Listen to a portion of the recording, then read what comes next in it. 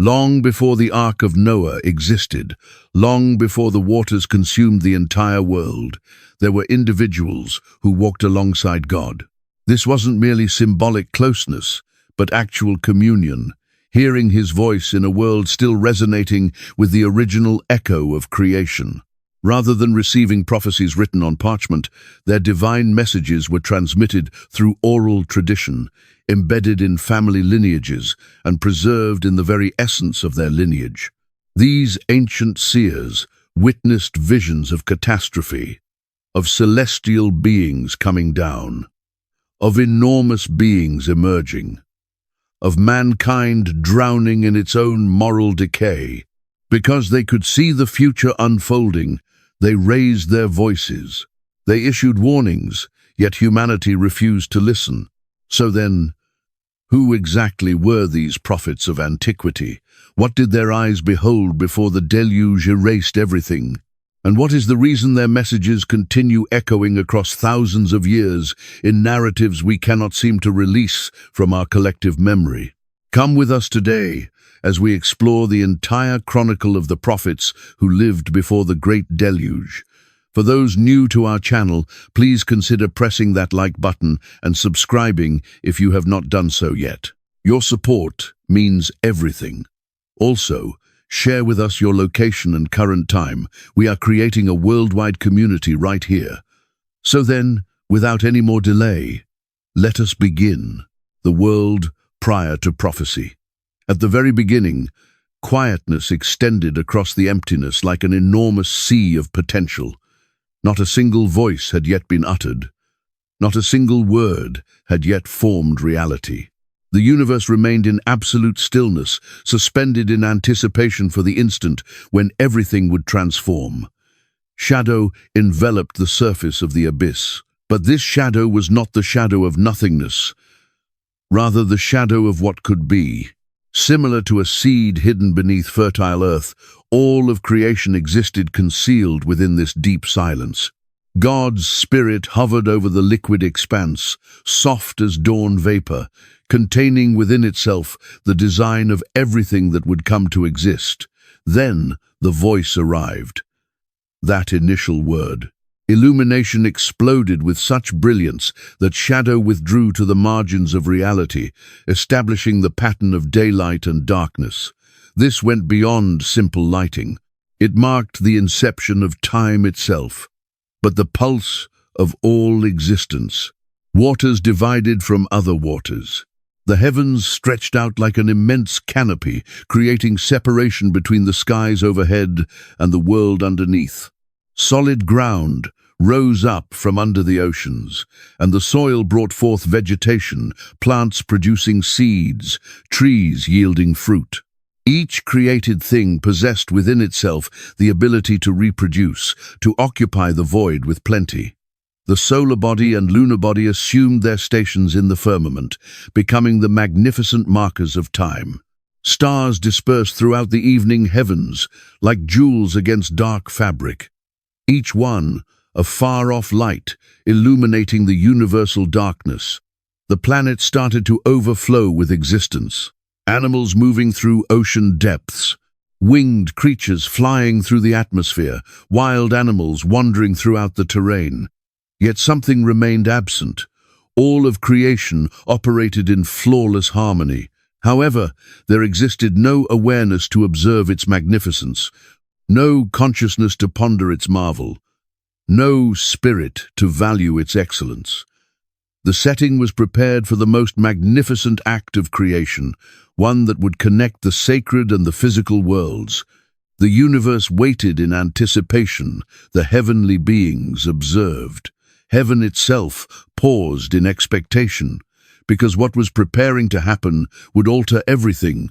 The opening portion of Human Chronicles was preparing to commence, and accompanying it would arrive the initial prophecies, the initial cautions, the initial preview of humanity's remarkable fate. In gardens not yet flowering, voices not yet speaking would transmit messages that would resonate across millennia. Prophets not yet existing would obtain visions that would direct the trajectory of human society. The groundwork was being established for a narrative so deep that its reverberations would extend from the dawn of time to the conclusion of ages. The world preceding prophecy had reached completion. Now arrived the instant when eternal quietness would surrender to the initial words uttered by human voices. The era of divine disclosure was preparing to break forth, and accompanying it would arrive both the most magnificent blessings and the most dreadful warnings that mankind would ever hear. Dust combined with breath. The formation of Adam. The Lord God shaped man from the earth's dust. His hands molded clay into appendages, carved characteristics from soil, infused intention into substance. This was not hasty labor, but the meticulous artistry of one who forms with boundless affection and focus on detail. Adam rested on the earth, flawless in structure yet motionless as rock. Every sinew ideally positioned, every skeletal component accurately arranged, every internal part prepared to operate. Yet he stayed immobile, awaiting that ultimate divine contact that would convert earth into existence. Then arrived the breath. The Lord God filled Adam's nose with the breath of existence. This transcended mere oxygen entering respiratory organs. It was the genuine substance of the sacred penetrating human tissue. Spirit merged with substance, the timeless joined with the fleeting. Heaven made contact with earth in the most personal manner conceivable. Adam's vision activated for the initial time. His torso expanded and contracted with his initial inhalation. His cardiac muscle commenced its pattern that would measure the days of his extended existence. He looked around, perceiving illumination for the initial time, hues flooding his perception with magnificence beyond articulation. The initial human awareness awakened in paradise. Adam discovered himself encircled by flawlessness. Plants heavy with produce, blossoms opening in infinite diversity, currents of transparent liquid moving through fields of gentle vegetation. The atmosphere was comfortable and mild, transporting the aromas of innumerable flowers. Animals drew near without apprehension. Large felines reclined next to young sheep. Birds of prey rested on Adam's arms. Hoofed animals grazed calmly close by. All of creation existed in balance. Aggression unknown. Mortality not yet conceived. This was the world in its intended state. Whole, flawless, finished. Adam journeyed with God during the cooler part of the day. Their discussions were comfortable, unforced, abundant with amazement and exploration. No obstacles existed separating them. No embarrassment, no apprehension. The sacred and human interacted as intimate companions, exchanging thoughts and aspirations, and the delight of existence itself. Yet, even within paradise, Adam perceived something absent. He observed the animals, each masculine with his feminine, each discovering fulfillment in the other. The Lord God recognized this yearning and declared something significant. It is not beneficial for man to remain solitary. This was the initial statement that creation was not finished, not defective, but incomplete. The work of art needed one ultimate addition. Not another being from the earth, but something extracted from Adam himself. Fellowship would arrive not from beyond, but from inside. Bone from his bone, tissue from his tissue. The Lord God brought a profound slumber upon Adam. As he rested peacefully in the garden, sacred surgery was executed. A skeletal component was extracted, but not merely bone. Portion of his genuine core, his ability for affection, his requirement for attachment. From this personal part of himself would arrive his most profound happiness and his most profound susceptibility.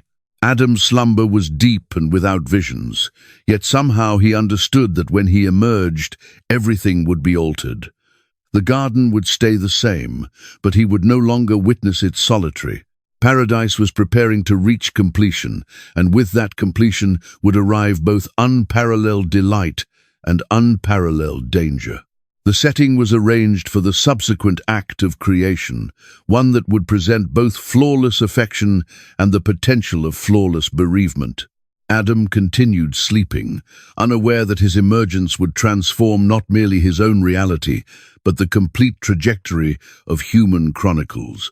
The initial caution, God's solitary regulation. Adam emerged to discover paradise unchanged, yet somehow altered. The same plants stood in their positions, the same currents moved through the garden, the same mild wind transported the aroma of blossoms.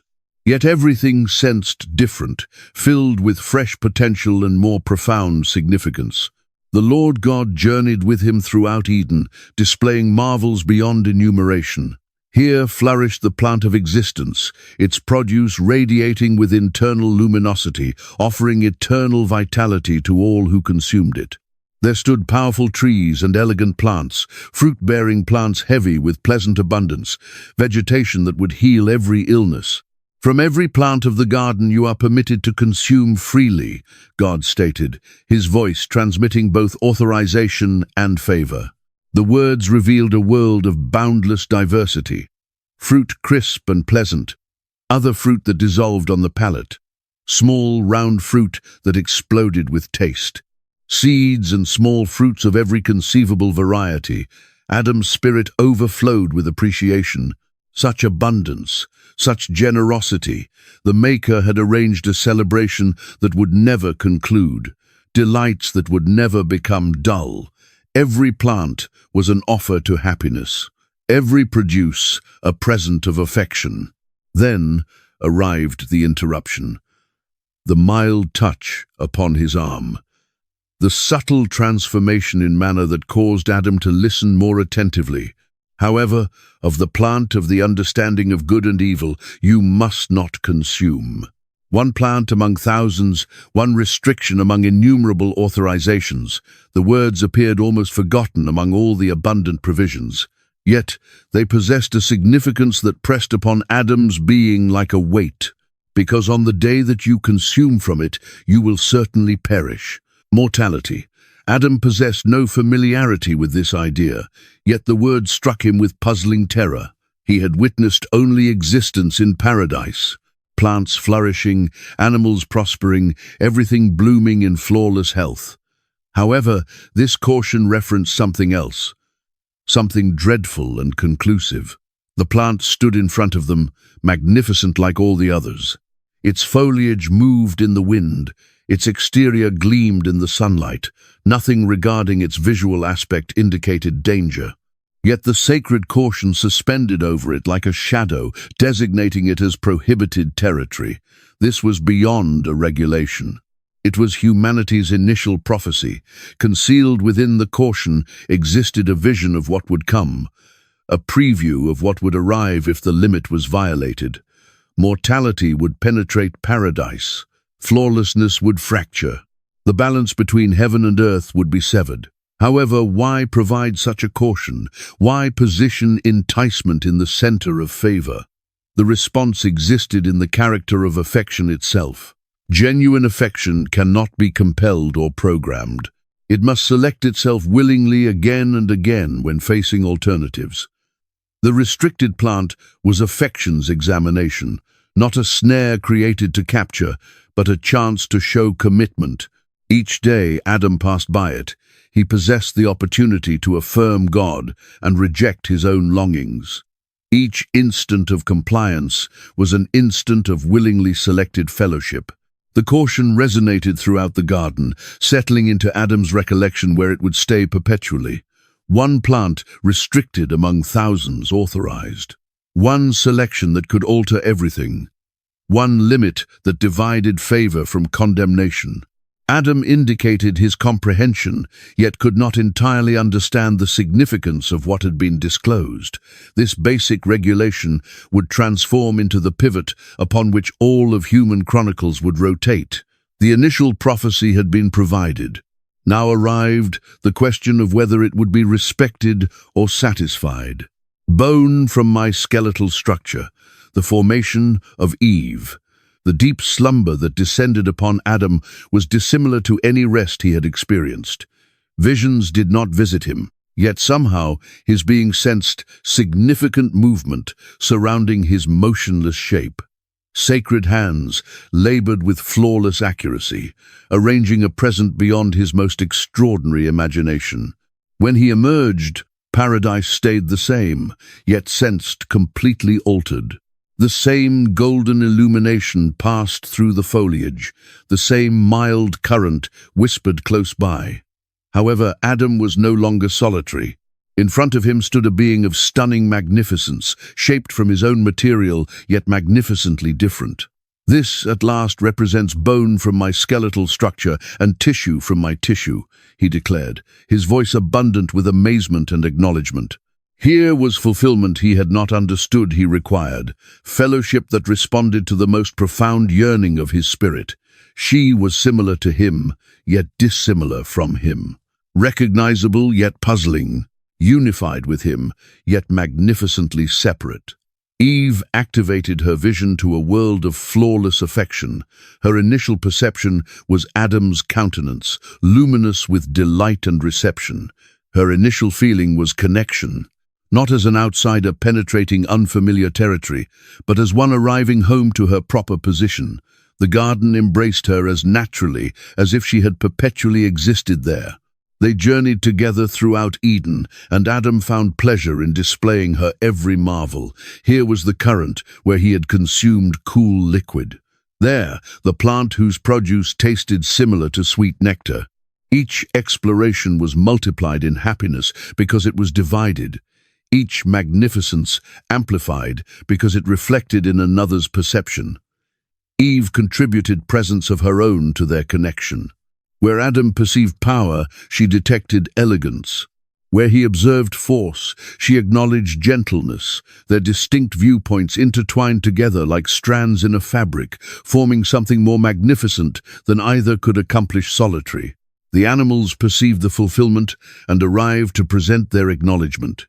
Large felines touched Eve's palm. Birds of prey rested on her arm. Hoofed animals accompanied her throughout the fields. All of creation acknowledged in her the absent component that rendered paradise whole. Tranquility descended over Eden like evening moisture, mild and completely encompassing. They were unclothed and sensed no embarrassment. This was beyond physical visibility. It was total openness of spirit and being. No mysteries existed separating them. No false appearance, no apprehension of assessment. They understood each other entirely and cherished each other totally, witnessing the flawless closeness that God planned for mankind. Together, they developed the garden, caring for plants that flourished without struggle, collecting produce that renewed itself perpetually. Labor was not hardship, but happiness. Each responsibility, an opportunity to form magnificence and arrangement. Their hands molded Eden into an even more flawless paradise, directed by intelligence and favored by sacred acceptance. During the cooler part of the day, they journeyed with God. As companions journeyed together, their discussions were abundant with joy and amazement, inquiries and explorations. The Maker divided with them the mysteries of the universe, the designations of the celestial bodies, the intentions of all existing things. Understanding moved without restriction in paradise, restricted only by their ability to obtain it. Yet, even within this flawlessness, a darkness moved at the margins of Eden. Resentment observed from beyond the garden boundaries. Bitterness ignited in spirits that had selected rebellion over obedience. The serpent commenced to twist, arranging for the instant when paradise might be examined. However, for the present, all was balance. Adam and Eve existed in flawless unity with each other, with creation and with their Maker. They were the pinnacle of God's creative labor, the connection between heaven and earth, the initial prophets of what mankind could transform into when it existed in total balance with sacred intention.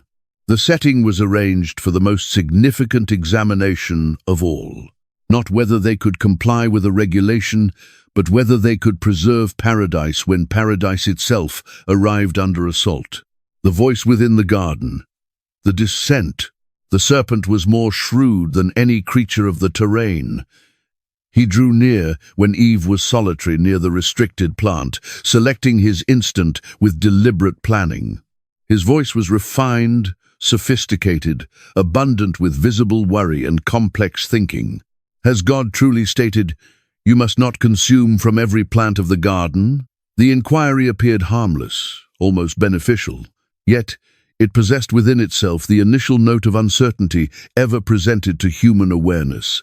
The serpent's words were not a falsehood, but something more hazardous, a partial truth created to perplex and misdirect. Eve replied truthfully, repeating the sacred instruction with flawless precision. However, in her repetition, something delicate transformed. Where God had stated they would perish, she included that they should not even contact the plant. The sacred word was being broadened, rendered more limiting than it genuinely was.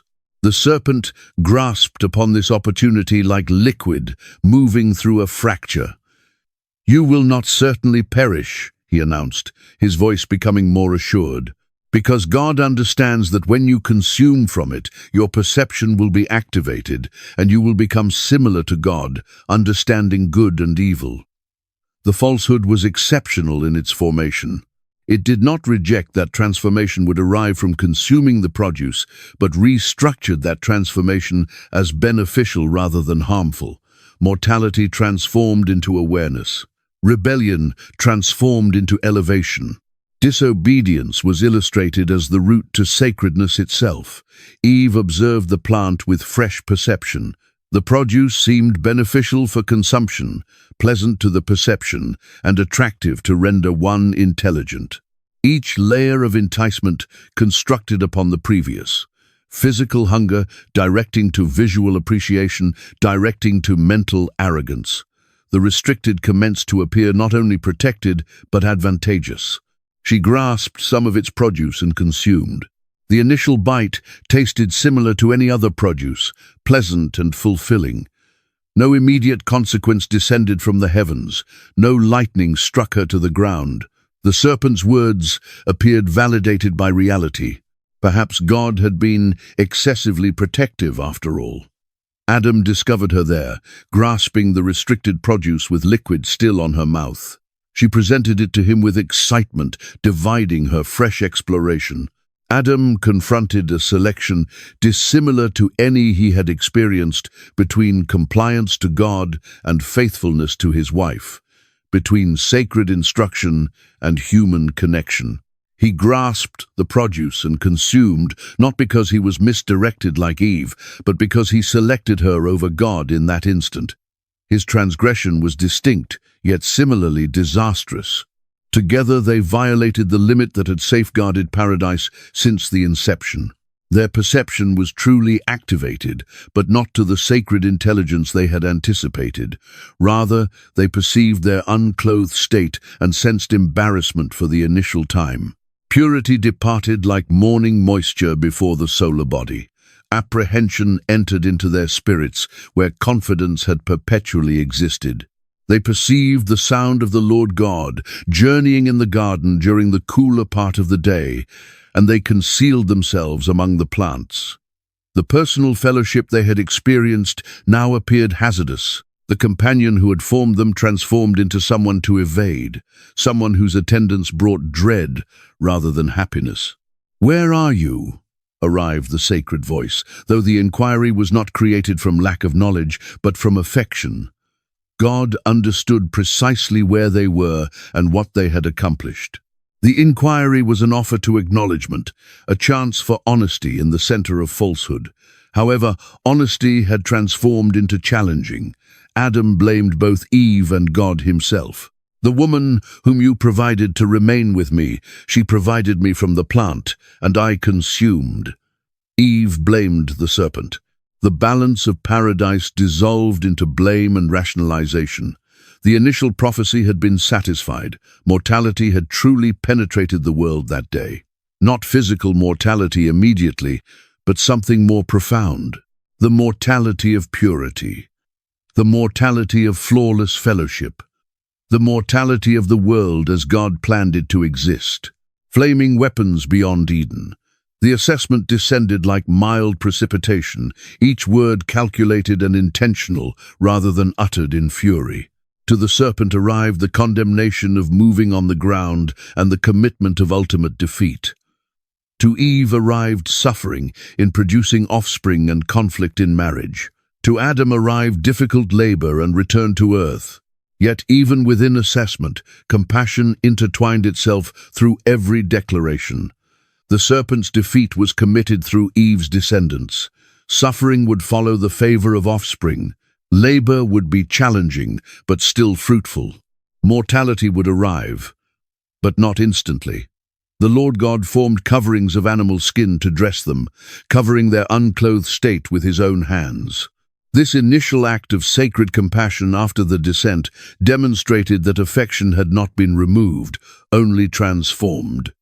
The closeness of Eden was forgotten, but connection stayed achievable. Observe.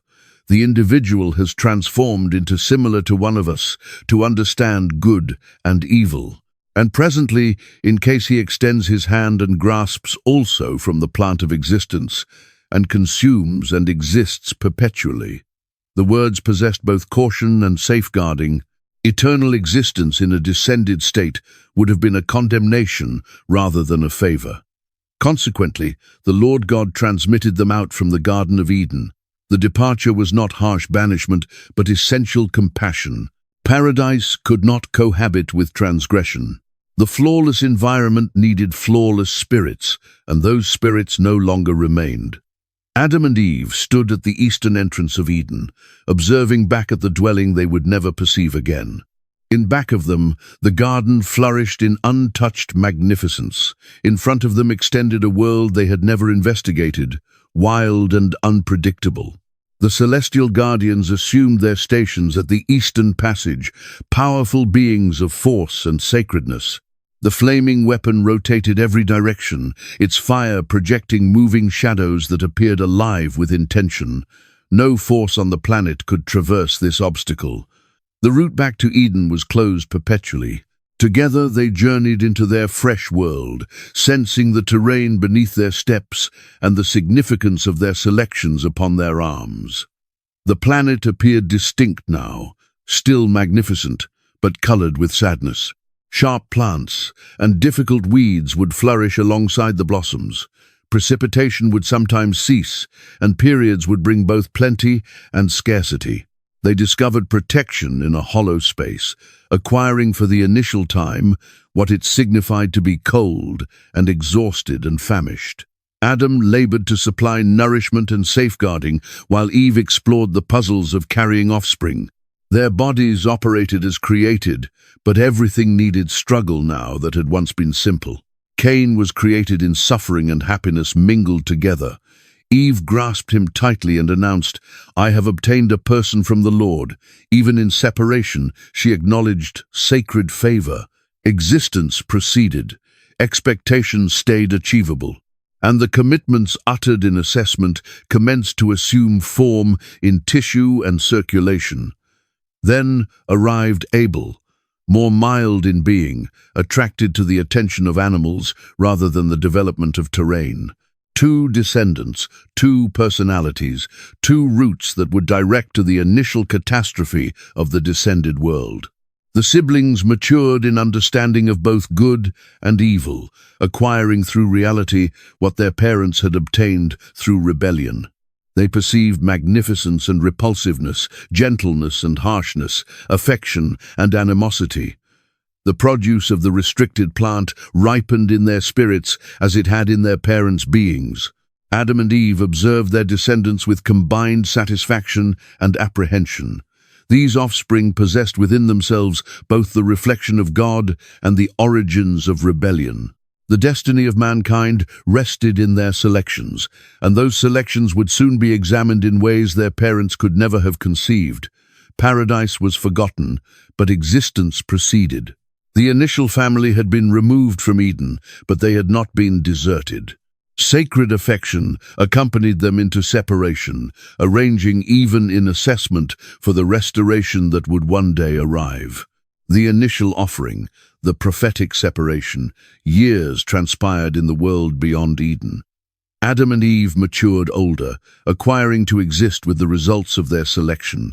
Their descendants developed into individuals with separate personalities and intentions. Cain, powerful and resolute, transformed into a cultivator of the terrain. Abel, mild and contemplative, transformed into a guardian of animals. The time arrived when both siblings longed to honor the Maker who had formed them. They had matured hearing narratives of Eden, of personal journeys with God during the cooler part of the day, of the fellowship their parents had forfeited. Though they had never witnessed such closeness themselves, something in their spirits yearned to connect the distance between earth and heaven. Cain brought a presentation from the produce of the terrain. His hands had labored the earth, struggled against sharp plants and difficult weeds, wrestled with periods of dryness and abundance. The plants and grain he presented represented truthful labor, the finest his land could yield. In his consciousness, certainly God would value the perspiration and struggle that went into their development. Abel brought the initial offspring of his animals and their richness. The young animals were flawless, without mark or imperfection, the most excellent of all his creatures. As he arranged his offering, something moved in his being that went beyond simple obligation. He perceived that honor needed not merely providing something to God, but providing something of significance, something expensive. Both siblings constructed their platforms with attention, organizing stones and collecting timber. Both ignited fires and arranged their presentations with respectful hands. Both observed up to heaven with expectation, anticipating sacred acceptance of their honor. The Lord possessed acknowledgement for Abel and his presentation. Fire descended from heaven to consume the offering, flames moving with supernatural luminosity as the richness and tissue were converted into pleasant-smelling vapor. Abel descended on his countenance in amazement and appreciation, overwhelmed by the sacred reaction to his honor. However, for Cain and his presentation, there was no such reaction. His plants remained upon the platform unchanged. No celestial fire contacted them. No indication of sacred satisfaction appeared. The quietness extended out like a blame, occupying Cain's spirit with perplexity and increasing fury. Why had Abel's offering been accepted while his was rejected? Both had labored intensely. Both had presented truthfully. Both had drawn near God with visible respect, yet only one had obtained sacred favor.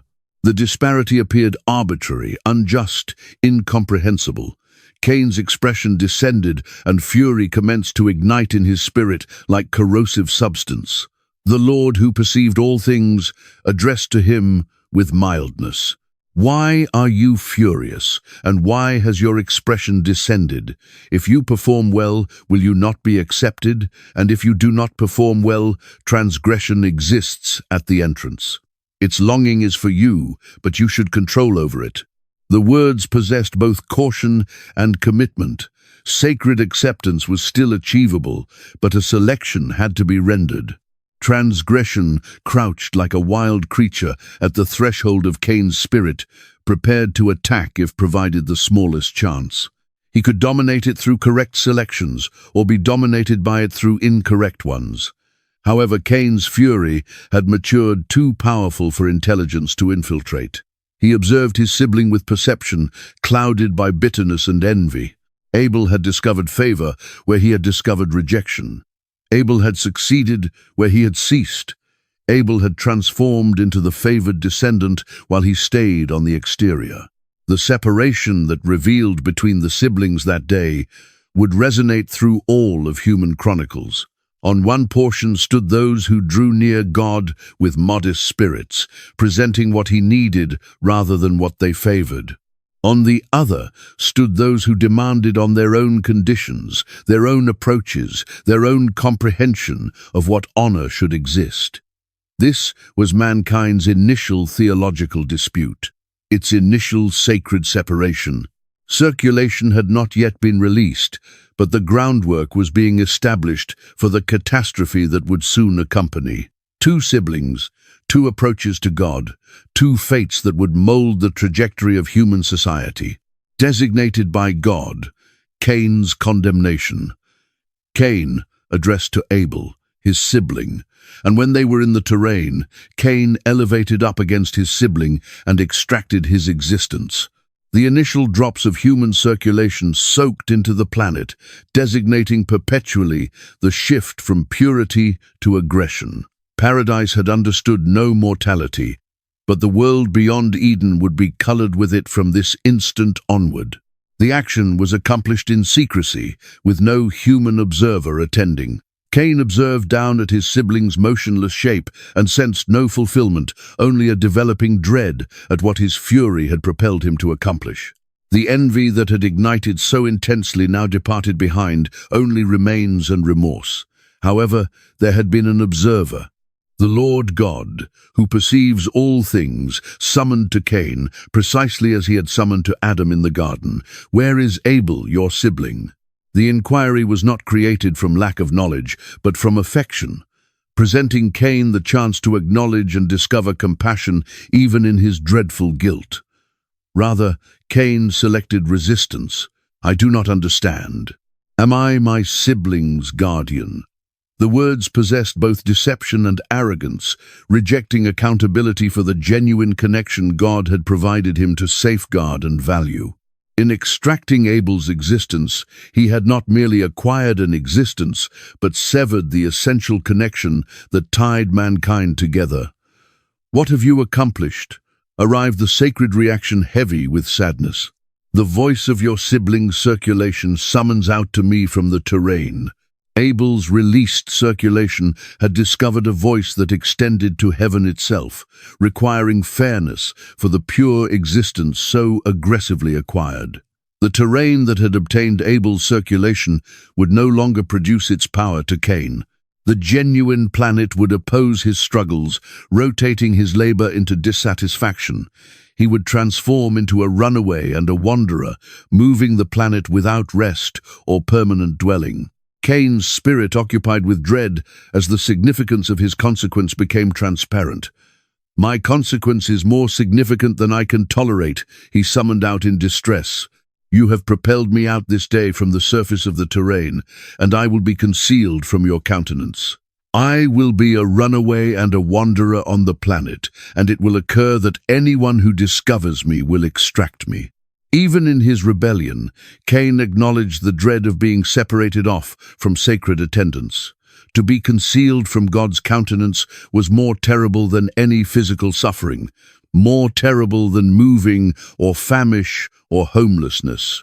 The spiritual mortality was more dreadful than the natural results. However, compassion accompanied even this most severe assessment. "Not so," the Lord announced. "Consequently, whoever extracts Cain, revenge will be acquired on him 7 times. A designation was positioned upon Cain, an indication that would safeguard him from the aggression he had presented to the world. What was this designation? Some visible indication that recognized him as under sacred safeguarding, despite his dreadful transgression.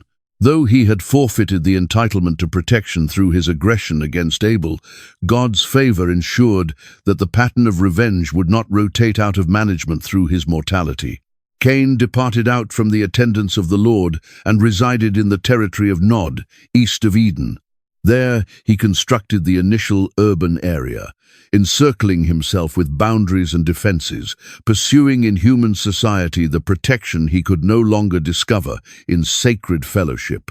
He acquired a wife, and she created him Enoch, for whom the urban area was designated. Existence proceeded even in separation, families shaped even under sacred assessment.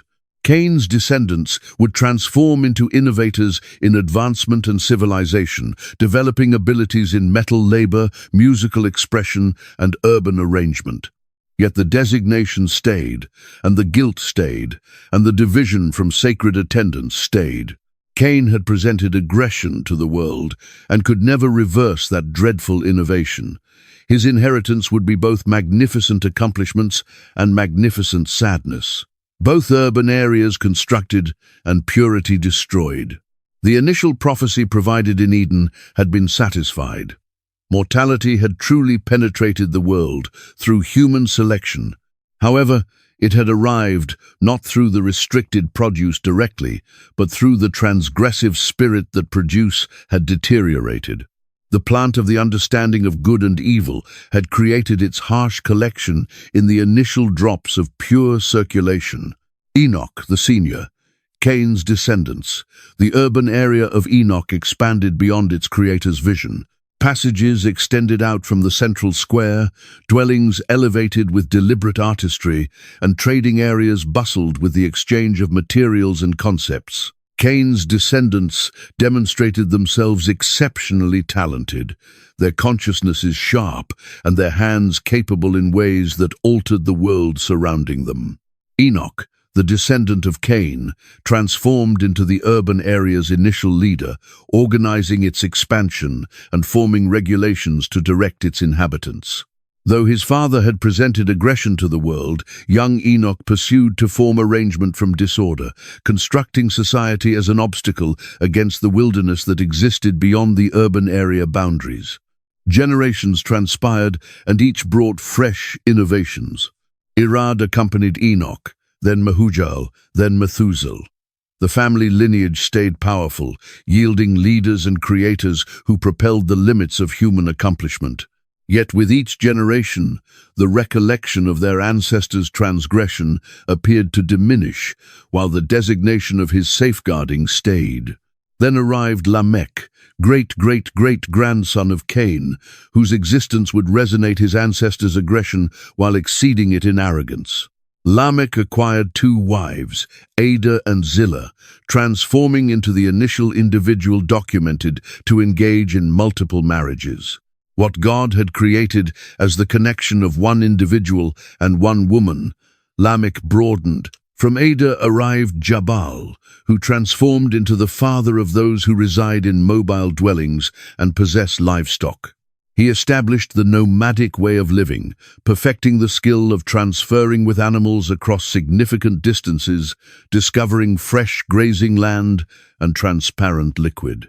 His innovation permitted mankind to extend throughout territories that could not sustain permanent communities. Jabal's sibling Jubal transformed into the father of all those who perform the stringed instrument and wind instrument. Musical expression had remained since the formation of mankind. Adam and Eve certainly sang in Eden. However, Jubal established it into skill. He shaped the initial instruments, arranged the initial melodies, instructed others to discover happiness and articulation in organized sound. From Lamech's second wife Zillah arrived Tubal-Cain, the instructor of every artisan in bronze and iron. He was the initial metal laborer, exploring how to remove ore from the planet, how to construct heating chambers sufficiently hot to liquefy metal, how to mold implements and armaments from the liquefied substance. These innovations altered human existence dramatically. Superior implements rendered agriculture more fruitful. Musical instruments enhanced cultural existence. Metal labor supplied both agricultural implements and armaments of conflict. The offspring of Cain propelled human society onward at an unprecedented pace. Yet advancement arrived with a cost. Tubal-Cain's sibling was Naamah, whose magnificence transformed into legendary, but whose spirit matured cold with arrogance. The technological progressions that should have enhanced human existence also rendered achievable more significant harshness and more productive aggression. Lamech himself embodied this shadow portion of advancement. He arranged what may have been the initial song documented in sacred text, but its verses celebrated aggression rather than magnificence. Ada and Zillah, perceive my voice. Wives of Lamech, attend to my expression. Because I have extracted an individual for injuring me, even a young individual for damaging me. If Cain will be revenged 7 times, then Lamech 77 times. The song disclosed how far Cain's lineage had journeyed from the protective designation their ancestor had obtained. Where Cain had apprehended for his existence after acquiring Abel's, Lamech boasted of his capability to acquire others' existences for even minor transgressions. Aggression had not only returned to the world, but had been refined and celebrated. The descendants of Cain transformed into the world's initial urban society, finished with skills, advancement, and civilization. They constructed urban areas, arranged musical expression, labored metal, and organized complex communities. Yet, their accomplishments were shadowed by the arrogance and aggression that had designated their lineage from the inception. Their innovations would favor mankind for generations to arrive. Their attitudes would condemn it. In the lineage of Cain, human capability extended fresh heights, while human character descended to fresh depths. Advancement and decline journeyed side by side toward a destiny that would examine whether society could endure its own achievement. The creation of Seth, a righteous lineage. After the mortality of Abel and the separation of Cain, Adam and Eve discovered themselves confronting a destiny they had not conceived. Their family was severed, one descendant a wanderer carrying the designation of sacred assessment, the other resting quiet in the planet. The commitment of descendants who would one day prevail over evil appeared more remote than ever. Yet, in their most shadow hour, expectation moved again. Eve conceived and created another descendant, and she summoned his designation Seth, stating, "God has designated another origin for me, rather than Abel, whom Cain extracted." In this designation was both sadness and confidence. Sadness for the descendant who was departed, confidence that God's commitments would not cease despite human cessation. Seth matured up understanding the narrative of his siblings. He acquired of Abel's accepted offering and righteous spirit, of Cain's envy and dreadful transgression. However, rather than occupying him with apprehension or fury, these narratives molded his character toward mildness and intelligence. He transformed into the connection between his parents' generation and the destiny of mankind.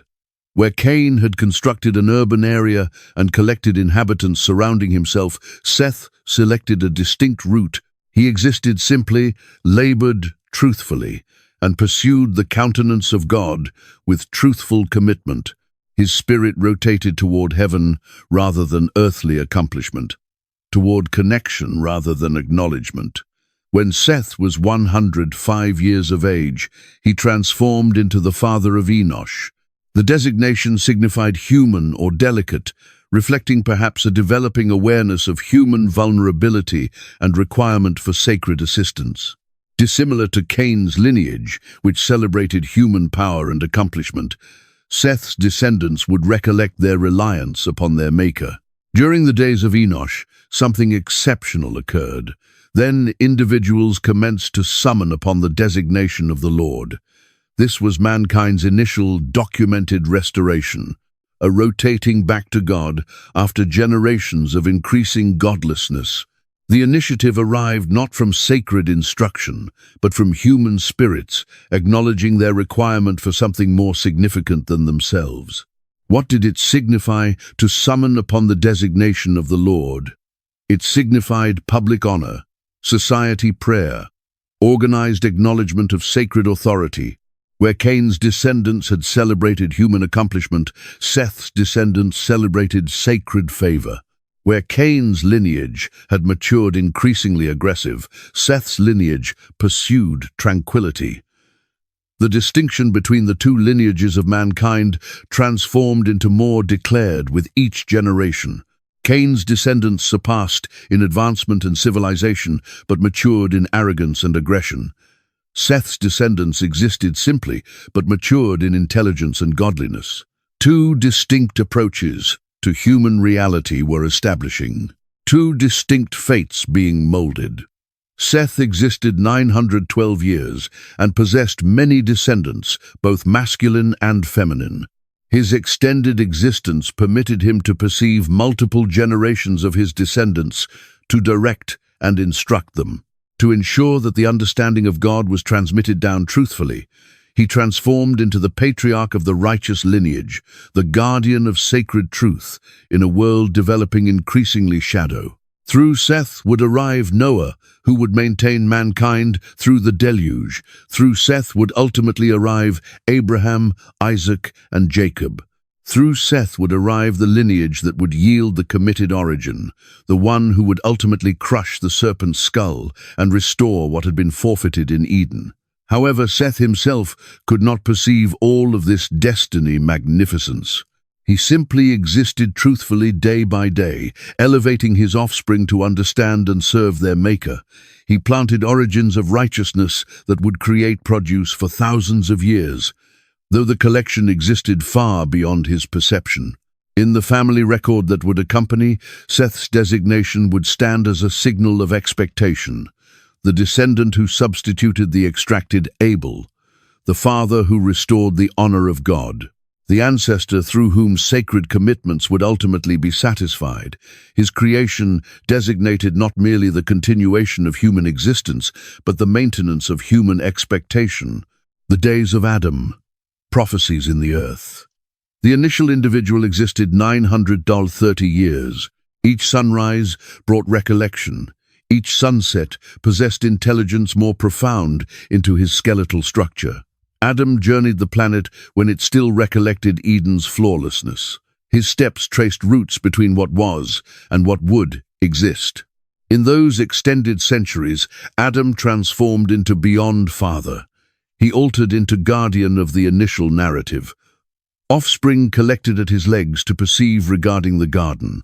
Grand offspring attended to accounts of journeying with the Maker during the cooler part of the day. Great grand offspring acquired of the plant, the selection, the separation that molded their world. The initial prophecies existed in Adam's voice.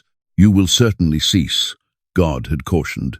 Presently, Adam observed that truth revealed across generations. Bodies matured, aged, inhalation stopped, planet reclaimed Earth. The design commenced with him and would proceed through his descendants. Adam's words possessed significance beyond human comprehension. When he addressed of the garden, attendants sensed yearning for a position they had never perceived. When he portrayed God's voice, their spirits moved with desire they could not designate. The initial individual carried witness to mankind's inception. His testimony transformed into groundwork for all who would accompany. Years gathered like descended foliage. Adam perceived Cain's offspring construct urban areas, while Seth's descendants summoned upon the designation of the Lord. Two roots separated from his lineage. One pursued earthly magnificence. The other pursued sacred attachment. Both currents moved from his selection in the garden. The aged patriarch comprehended results in ways his descendants could not. Every act of aggression resonated his initial rebellion. Every instant of honor reflected the connection he had forfeited. Adam existed between paradise recollected and assessment deserved. His genuine reality proclaimed both God's compassion and fairness. Narratives increased as Adam's existence extended on.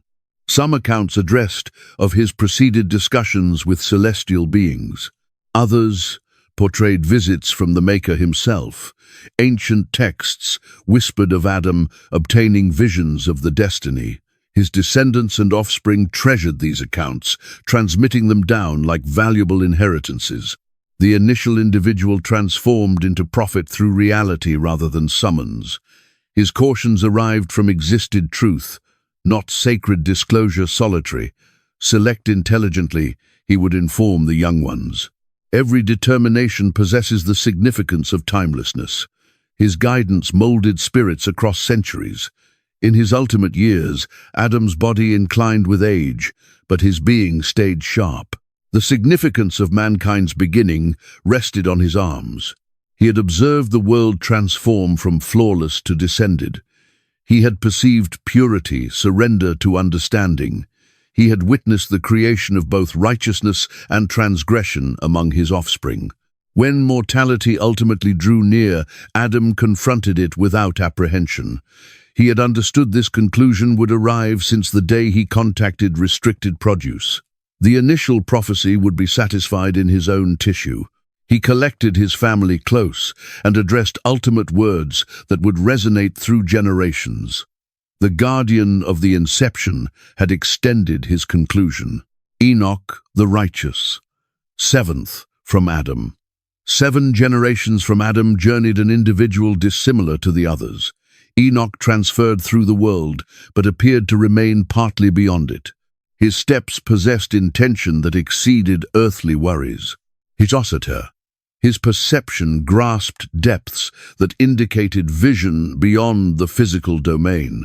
The lineage of Seth had yielded godly individuals, but Enoch stood separate even among the righteous. He journeyed with God in ways that perplexed his contemporaries. While others prayed, Enoch discussed. While others honored, Enoch interacted. The limit between heaven and earth matured, delicate in his attendance. From youth, Enoch displayed unusual sensitivity to spiritual subjects. He perceived whispers others overlooked. He perceived movements in the invisible domain. His parents acknowledged something exceptional in their descendant, but could not designate it.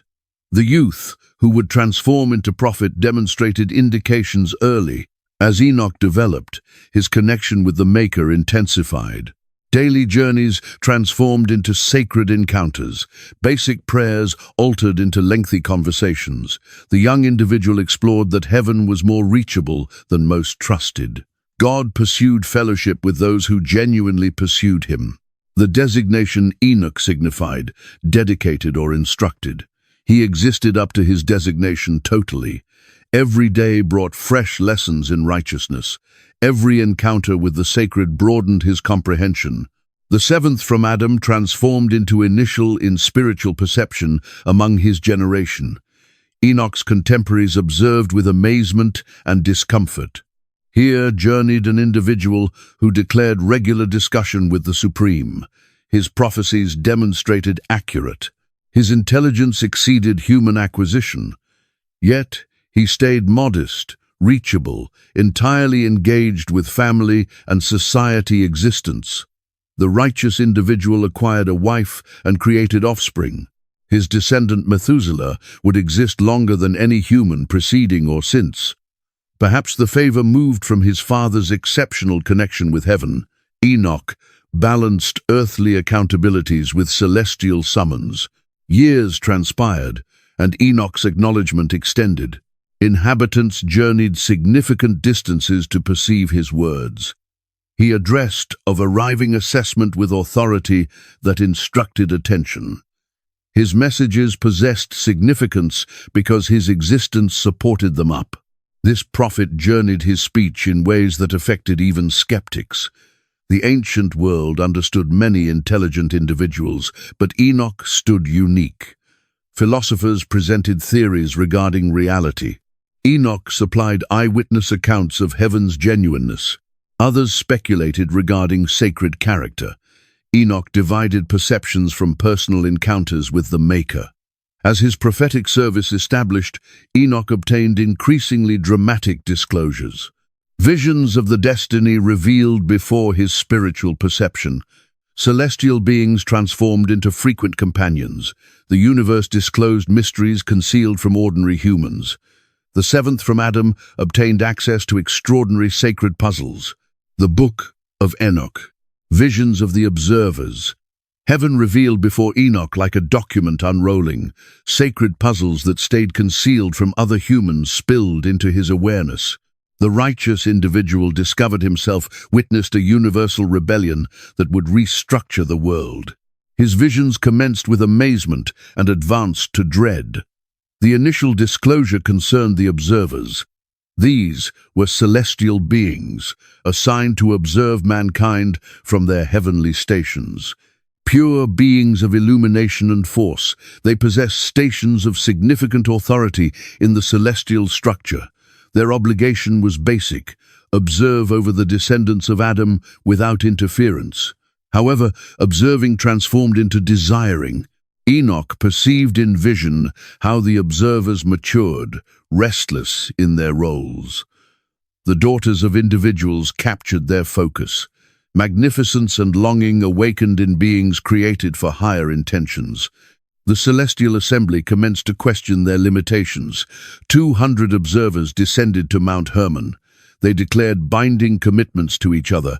Understanding their action violated sacred arrangement. Directed by Semjaza and Azazel, they deserted their celestial stations. The results of their selection would resonate through generations. These descended celestial beings acquired human women as wives. The connections yielded descendants dissimilar to anything perceived before. Enormous beings journeyed the planet, beings of immense dimension and dreadful force. The Nephilim, as they arrived to be understood, inherited both human desire and celestial power. Their attendants deteriorated creation itself. Enoch observed in vision as the observers instructed restricted understanding to mankind. Azazel disclosed armament forming mysteries. Others divided cosmetics, adornment, skills, and supernatural practices. Barakel instructed star knowledge. Kokabel divided the understanding of the celestial bodies. Each lesson extracted mankind further from purity. The deterioration extended like toxin through liquid. Aggression intensified as humans acquired fresh ways to damage each other. Superficiality bloomed with understanding of adornment. The planet occupied with circulation release as armaments multiplied. What commenced as celestial rebellion transformed into human deterioration. Enoch's visions disclosed heaven's reaction to the crisis. The righteous celestial beings petitioned the Supreme, documenting the observers' transgressions. Michael, Gabriel, Raphael, and Uriel presented evidence of the developing deterioration. Sacred fairness arranged to interfere. The prophet perceived the assessment declared upon the observers. They would be connected in shadow until the day of ultimate reckoning. Their enormous descendants would rotate upon each other, clearing the planet through mutual destruction. The wisdom they imparted would transform from gift to affliction. Through his prophetic visions, Enoch bore witness to the earth itself, wailing from the blood that stained its surface. The soil groaned beneath the burden of brutality. All of creation yearned for purification, for the restoration of balance that the watchers had shattered. The heavens listened to these pleas and made ready their answer. The writings of Enoch, which his visions would eventually be named, unveiled the celestial backdrop behind earthly happenings. Beneath the surface of human history unfolded a theater of angelic defiance and heavenly retribution. The prophets perceived how decisions made in spiritual dimensions above had direct impact on existence below. The sky's verdict, Enoch's revelation. Through Enoch's vision, the voice of God Almighty thundered with fearsome precision. Divine reckoning was approaching. The world, saturated with depravity from the Watcher's insurgents, would undergo heavenly cleansing. The prophet witnessed waters ascending, submerging peaks, quieting the screams of the depraved. Enoch shook as tomorrow revealed itself to his spiritual sight. The deluge would be thorough, all-consuming. Every breathing creature would die beneath the rising tide. A single household would endure, safeguarded in a craft of divine blueprint. Civilization would restart from nearly nothing. When this reckoning would arrive, stayed concealed, yet its certainty remained unquestionable. The Almighty's forbearance had boundaries. The brutality and moral decay flowing from the Watcher's instruction could not persist without end. Heavenly justice demanded response to such extensive rebellion against divine design. Within his prophecy, Enoch glimpsed beyond the deluge to an even more final day of reckoning. Flames would devour the world in the last age. The virtuous would claim a fresh heaven and fresh earth. The wicked would suffer everlasting separation from their Maker. The universe itself would be remade. The Watchers, imprisoned in shadow, would meet ultimate judgment. Their commander, Azazel, would be hurled into wasteland covered in jagged rocks. The remaining fallen angels would observe as their giant children destroyed one another. Their condemnation would stand as caution to all created entities. Enoch's prophecy painted the Lord's day in striking imagery. The righteous would gleam like celestial bodies in heaven's realm. The chosen would tread along peaceful roads. The Almighty himself would reside among his followers. Wickedness would fade from memory. The prophet's revelations circulated among the godly children of Seth. They valued his visions, transcribing them meticulously for coming ages. The impending judgment lent weight to their devotion, substance to their entreaties. They grasped that opportunity was finite. A portion of the ungodly listened to Enoch's cautions and ridiculed them. How could floodwaters submerge the whole planet? From where would such enormous quantities originate? The very notion appeared absurd to thinking confined to physical reality. Their disbelief would become lethal. The righteous, in contrast, received Enoch's prophecies with gravity. They readied their spirits for what approached. Some began conducting themselves more purposefully, pursuing God with heightened fervor. Others concentrated on transmitting divine understanding to their offspring, recognizing the coming judgment would restart human society. Enoch's prophecy held precise information regarding the flood's length and extent. 40 days of rainfall would merge with subterranean waters, bursting upward. The catastrophe would endure beyond a year. Only those preserved through divine directive would survive to refill the earth. The prophets understood how the flood would embody both condemnation and compassion. Justice necessitated consequences for the corruption that had infected creation. Mercy offered escape for those who traveled alongside God. The identical waters bringing devastation would simultaneously bring renewal, heaven's mysteries, celestial science, chronology, and divine law. Enoch's spiritual expeditions transported him past earthly domains into the actual chambers of heaven. There, enigmas concealed from mortal comprehension unveiled themselves. The virtuous prophet acquired cosmic understanding that would transform human awareness of creation's structure and divine intention. The angels disclosed to Enoch the trajectories of heavenly objects. He discovered that the sun, moon, and stars pursued exact routes ordained by divine command. Nothing overhead moved through randomness. Each celestial form preserved its pathway according to regulations established by the Creator's intention. The calendar arrangement humanity employed was imperfect. Enoch uncovered the authentic year held 364 days, flawlessly separable into weeks and seasons. The solar cycle harmonized with divine design in manners that human arithmetic overlooked. This understanding would become vital for comprehending prophetic chronology. Heaven's architecture astonished the visiting prophet. 7 heavens extended above the planet, each serving distinct functions and housing different inhabitants. The virtuous resided in chambers of radiance. Angels upheld their positions, following their classifications. At the uppermost tier, the throne of the Almighty burned with impossible magnificence. Enoch learned regarding the gateways of heaven through which winds swept upon the earth. 12 portals opened to discharge various weather types. From certain ones came soft breezes, others released tempests. The prophet grasped that even meteorological conditions followed divine instruction rather than natural randomness. The sun's movements garnered special focus in Enoch's instruction. The great luminary traveled through portals that shifted with the seasons. Its route dictated day duration, temperature, and farming cycles. Everything terrestrial responded to the sun's divinely orchestrated passage across the firmament. Moon phases followed similarly precise arrangements. The moon expanded and diminished on schedules set before humanity's formation. Its illumination functioned as chronometer for those who comprehended heaven's calendar. The prophet committed these patterns to memory for future generations' advantage. The stars themselves bore messages and functions beyond human conception. Each constellation fulfilled specific roles in cosmic arrangement. Some indicated seasons, others heralded divine occurrences. The attentive watcher could interpret heaven's transmissions inscribed in starlight throughout the night expanse. Angelic orders preserved balance throughout creation.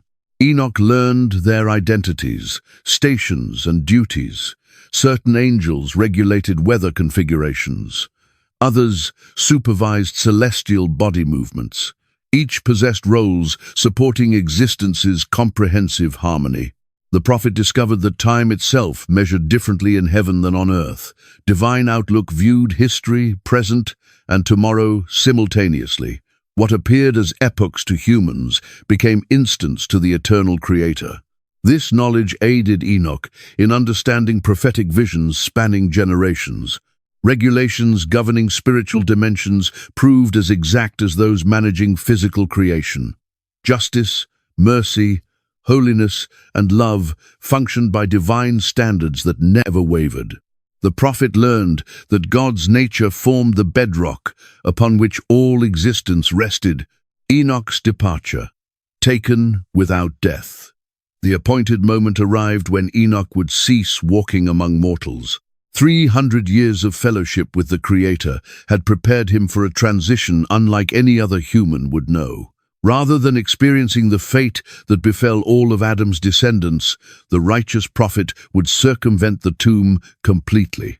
Enoch detected the nearing transformation in the character of his divine meetings. The exchanges with angels increased in frequency and power. Visions materialized with heightened lucidity and profundity. The separation between earth and heaven diminished until it practically vanished. The prophet inhabited both dimensions increasingly at once. His household perceived the metamorphosis first. Enoch appeared to radiate internal luminescence during his final period among them. His speech held exceptional power and immediacy. He mentioned frequently witnessing God's countenance, standing before glory's throne. His family cherished each exchange, perceiving their remaining time together was concluding. The precise instant of translation occurred quietly. Enoch walked with God as was his daily practice. Yet this occasion, the expedition continued past earthly limits. Step after step, the prophet advanced from the material domain into the spiritual. His physical form experienced transformation, becoming fitted for heavenly dwelling. No observers witnessed the exact moment of Enoch's vanishing. One day he remained present among his community. The following day brought searching, calling, wondering. He ceased to be, for God claimed him. This plain declaration would resonate through ages, identifying the first human to evade the outcomes of Adam's decision. The righteous offspring of Seth grieved their absence while honoring Enoch's extraordinary fate. Here stood confirmation that fellowship with God could triumph over even the ultimate result of transgression. The prophet's translation provided hope to all pursuing divine relationship.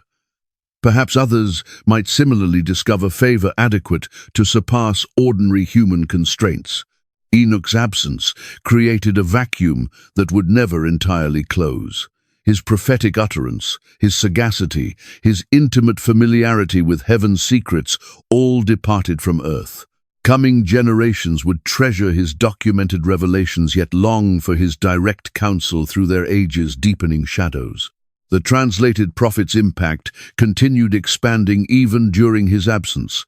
His prophecies acquired believability from his exceptional translation.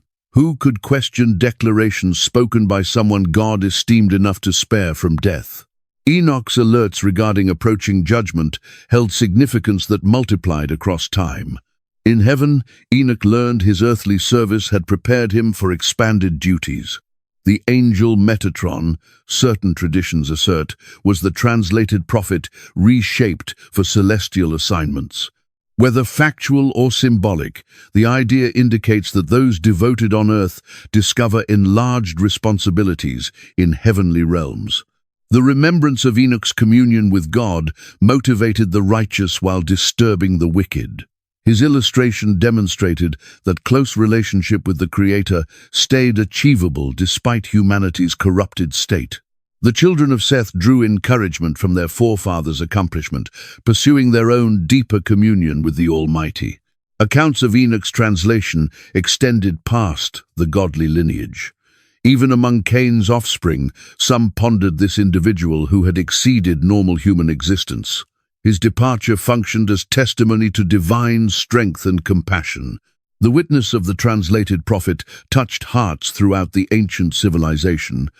Methuselah and Lamech, bearers of Enoch's message, Following Enoch's translation to heaven, his prophetic responsibility descended upon those nearest him. His son, Methuselah, assumed the sacred obligation of maintaining and declaring divine revelations. The duty rested heavily on shoulders that would sustain it longer than any human in recorded history. Methuselah existed 969 years, a lifespan that became legendary. Each sunrise brought chances to relay his father's visions to fresh audiences. Children who absorbed Enoch's prophecies from the sun's testimony would mature and transmit them to their own children. The prophetic declarations spread through time like waves across calm waters. The name Methuselah signified when he perishes, it shall arrive. Some interpreted this as prophetic allusion to the flood judgment Enoch had foreseen. The long-living man functioned as living timer to divine reckoning. His ongoing existence meant the world retained more time for turning back and readiness. As decades transformed into centuries, Methuselah observed the corruption Enoch had prophesied, multiplying across the earth. The Nephilim giants increased in quantity and savagery. Human civilization progressed in understanding and technology while regressing in virtue. The patient carrier of his father's declaration witnessed prophecy materializing itself in actual time. Methuselah's son Lamech inherited both extended life and prophetic awareness. When his son Noah entered the world, Lamech received visions that disturbed his consciousness. The infant appeared different from other newborns. Radiance seemed to emanate from his skin, and his eyes possessed unusual depth and awareness. Something stirred in the spiritual dimension. The birth delivered Lamech peculiar dreams and conscious visions. He witnessed waters blanketing the earth, vast past imagination.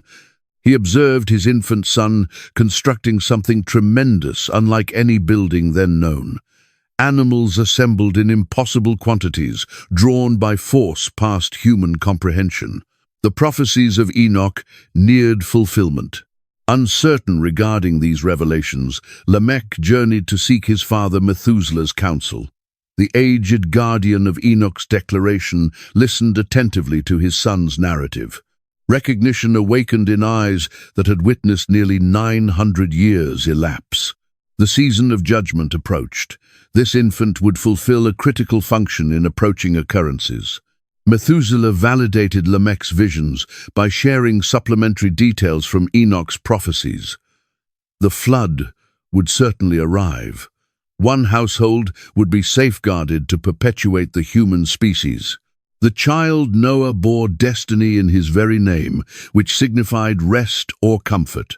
Through him, the earth would discover relief from its depravity. The two men formulated a strategy for preparing Noah for his future mission. From earliest infancy, he would study righteousness, about walking with God as Enoch had accomplished. The prophetic inheritance would transfer to this exceptional child, who would confront humanity's most severe crisis. Years flowed onward like water finding its course. Methuselah maintained his ministry of preservation and proclamation. Lamech nurtured his son with deliberate attention to spiritual development. The prophetic declaration endured through their devoted guardianship, awaiting the instant when it would demonstrate devastatingly precise. The bearers of Enoch's declaration comprehended their function in the cosmic theater unfolding surrounding them. They were connections between the translated prophet and the approaching deliverer. Their dedication guaranteed that divine revelation would persist to direct the one who would guide humanity through judgment to fresh beginning. The sons of God, the era of giants, the earth suffered beneath the mass of unnatural progeny. Where angels had previously upheld their heavenly stations, disorder now dominated. The Watchers' rebellion had generated outcomes that perverted creation itself.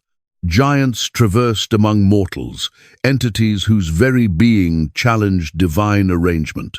These Nephilim, conceived from the coupling of spiritual entities with human females, displayed traits that belonged to neither realm completely. Their stature overshadowed normal humans, their might shattered limits of natural principle, their hungers surpassed what Earth's provisions could fulfill. They existed as tempests given physical form, disrupting everything they encountered. The giants' consciousness functioned differently than human awareness. Angelic comprehension combined with human drive produced thinking both exceptional and horrifying. They grasped creation's secrets that mortals scarcely perceived. Yet they employed this insight for aims that violated the balance heaven planned for earth. Communities quaked when the Nephilim neared. Their requirements stripped populations of provisions, possessions, and individuals. What they couldn't obtain through intimidation, they captured through brutality. The offspring of Adam learned to dread these children of prohibited couplings. Humanity transformed into quarry to its own perverted kin. The giants disputed among themselves with ruinous intensity. When creatures of such might clashed, the earth itself endured, peaks fractured, waterways altered direction. The very terrain carried wounds from their battles. Creation pleaded for respite from the savagery that resulted from the Watcher's decision.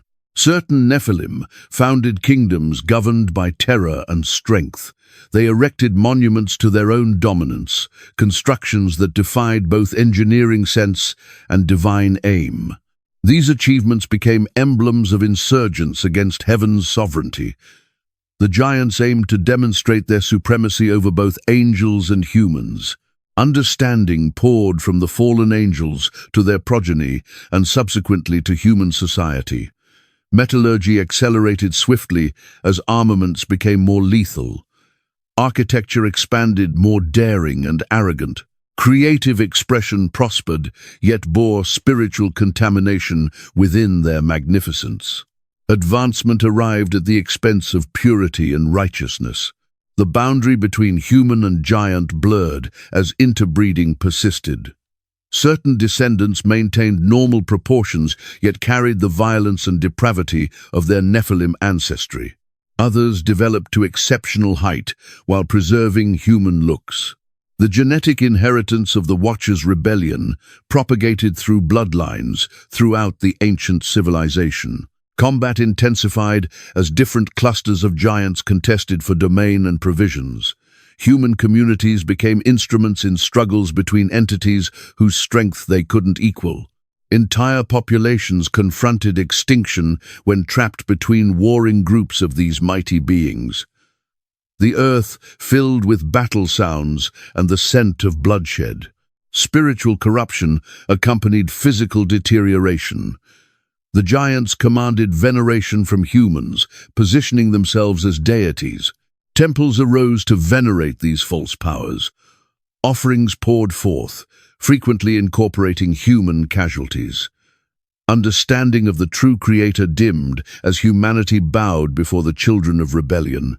Amid this turmoil, the devoted offspring of Seth preserved their reverence of the Most High. They safeguarded the instruction of Enoch and the prophecies that assured eventual judgment. Their modest communities functioned as beacons in the expanding darkness, maintaining alive the expectation of divine intervention. Noah's birth, an exceptional child.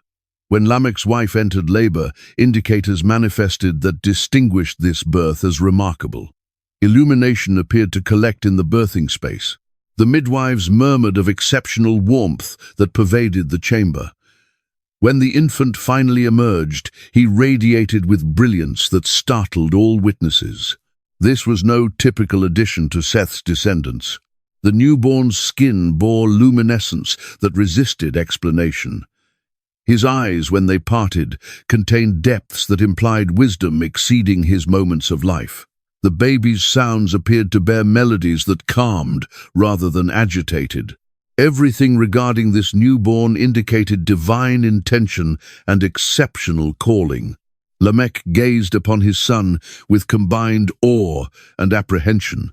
The visions he'd encountered during his wife's pregnancy returned with vivid precision. This infant would confront ordeals past imagination. He would position himself between humanity and annihilation. The burden of the world's tomorrow rested on minute shoulders that had just inhaled their first air. The name arrived to Lamech as he cradled his glowing son. Noah, signifying rest or comfort, appeared ideally suited for one who would deliver relief from the violence and corruption afflicting the earth. Through this infant, the prophecies indicated humanity would discover respite from the chaos released by the Watcher's rebellion. As days advanced, the child's exceptional character became more evident. Noah seldom cried and appeared to acknowledge sounds others couldn't detect. His advancement proceeded quicker than normal infants. When he observed people, they sensed as though he perceived into their souls. The household recognized they were nurturing someone, designated by heaven itself. Neighbors arrived to observe the remarkable infant. Some departed persuaded they'd witnessed divine intervention. Others left troubled by enigmas they couldn't comprehend. Stories circulated throughout the community regarding Lamech's son, who radiated like starlight and appeared to commune with unseen entities. The infant's attendance brought tranquility to troubled homes. When he was present, disputes stopped and harmony reigned. Animals appeared attracted to him, approaching without apprehension. Even the climate seemed to acknowledge his attendance, with gentle rainfall arriving when the fields required moisture. Nature itself appeared to recognize the exceptional child. Methuselah, now venerable even by that age's measures, undertook the expedition to witness his great-grandson. When the patriarch cradled Noah, tears flowed down his weathered countenance. In this infant, he perceived the completion of prophecies his father Enoch had obtained centuries before. The promised deliverer had materialized. Dark powers appeared to detect the danger this infant embodied. Storms accumulated without alert when Noah was brought outdoors. Wild creatures that had grown hostile under the giant's sway maintained their separation from him. Even the Nephilim seemed to shun areas where the glowing infant resided. Heaven's safeguarding encircled the promised one. As Noah developed from infant to small child, his household commenced his instruction in righteousness. They relayed stories of Enoch's communion with God, of Adam's account regarding the garden, of the approaching judgment that would purify the earth. The child listened with focus that exceeded his years, absorbing lessons that would direct him through humanity's bleakest hour. Noah's birth signified a pivotal moment in the cosmic battle between righteousness and wickedness. Here stood heaven's response to the corruption expanding across creation. This infant would mature to become the connection between the world that existed and the world that would exist. In his small grasp lay the tomorrow of all breathing things. Noah's youth, the ultimate prophet before the deluge. The boy who radiated with internal illumination matured into a young man whose virtue shone even more brilliantly. Noah's temperament developed along paths that satisfied his creator and troubled the corrupt civilization surrounding him. While his generation chased violence and gratification, he walked the narrow route of fellowship with God. From earliest infancy, Noah perceived the voice of the Almighty with exceptional clarity. Divine exchanges that others accomplished only through concentrated prayer arrived naturally to him. He grasped himself to be designated for aims that stayed partially concealed, yet clearly meaningful. The young prophet embraced his calling with modesty and resolve. Noah's instruction merged practical abilities with spiritual formation. His father Lamech and great-grandfather Methuselah instructed him in craftsmanship, cultivation, and animal care. These earthly capabilities would demonstrate crucial for the enormous assignment awaiting him. Yet, they also anchored his spiritual discernment in actual world knowledge. The increasing corruption surrounding him became Noah's most significant instructor. He observed the violence of the Nephilim, the hopelessness of oppressed humans, the deterioration of creation itself. These observations propelled him further into relationship with his Creator. Through prayer and fasting, Noah pursued divine outlook on the disorder encircling him. As Noah developed into adulthood, his prophetic service commenced earnestly. Divine revelations arrived with mounting regularity and force. He witnessed visions of water blanketing the peaks. He perceived the earth's pleas demanding justice. He comprehended that judgment was not simply approaching, it was essential for creation's continuation. The young prophet's initial public declarations encountered skepticism and derision. Who was this glowing peculiarity to discuss divine judgment? The civilization had endured corruption for generations. If God planned intervention, why had it not already transpired? Noah's alerts appeared fantastical to minds concentrated on immediate pleasures and matters. Yet, Noah persevered in his calling, despite the ridicule. He proclaimed in market areas and assembly places, cautioning of approaching floodwaters. His communications stressed both justice and compassion. Judgment was inevitable, yet repentance stayed achievable. The Creator still pursued hearts, willing to pivot from wickedness toward righteousness. Years elapsed as Noah matured from youth into middle years. His prophetic utterance strengthened and grew more pressing. The corruption he observed intensified, completing Enoch's ancient predictions regarding the final days before judgment. Violence multiplied. Righteousness diminished. The earth itself appeared to petition for respite. Noah's personal existence provided grounding for his public service. He married a woman who embraced his faith and dedication to righteousness. Together, they founded a household that functioned as beacon of godliness in an increasingly shadowed world. Their illustration challenged others to contemplate different manners of living. The prophet's standing extended past his immediate community. Some traveled considerable distances to hear the man who claimed direct exchange with the Creator. His declarations carried power that persuaded some listeners while hardening others in their rebellion. Noah became catalyst for decisions that would establish eternal fates. As the corruption attained levels that equaled Enoch's bleakest visions, Noah's communication intensified. Time ran brief. Heaven's forbearance possessed limits. Shortly, divine justice would sweep across the earth like floodwaters. Those who persisted in wickedness would confront outcomes they couldn't envision. The ultimate prophet before the flood had transmitted his caution. Divine sorrow, God's remorse for creation. High overhead the earth, past the stars and the boundless firmament, the Creator gazes downward. What he observes shatters his heart in manners that shake the very cornerstones of heaven. The world he voiced into being with such devotion now writhes in shadow. Every contemplation of man's heart has pivoted to wickedness. Violence pours like streams through every gorge. The powerful destroy the powerless without compassion. Children acquire brutality before they acquire their identities. The Nephilim giants march across lands like walking catastrophes. Their enormous footfalls leave depressions where settlements once existed. They pursue humans for amusement, regarding God's cherished creation like wild prey. Their hybrid character bears a contamination so profound it taints the very soil they traverse. The earth itself wails in agony. Yet the giants are not the sole source of anguish. Regular humans have acquired the skill to equal their savagery. Cain's offspring have distributed their philosophy of retribution across territories. Lamech's 77-fold vengeance has transformed into a perverted principle that administers every exchange. Conflicts burn without aim. Households annihilate one another over fragments of territory. Love has become a forgotten expression. The Watcher's prohibited understanding has twisted human thinking past recognition. Men engage in obscure practices that should never have been unveiled. They converse with demons as readily as they once conversed with their companions. Sacred limits dissolve as humans attempt to transform into deities themselves. The natural structure crumbles beneath the mass of their rebellion. In the silent intervals between the screams, the Creator recalls the garden. He recollects Adam strolling in the evening's coolness, enthusiastic for their exchanges.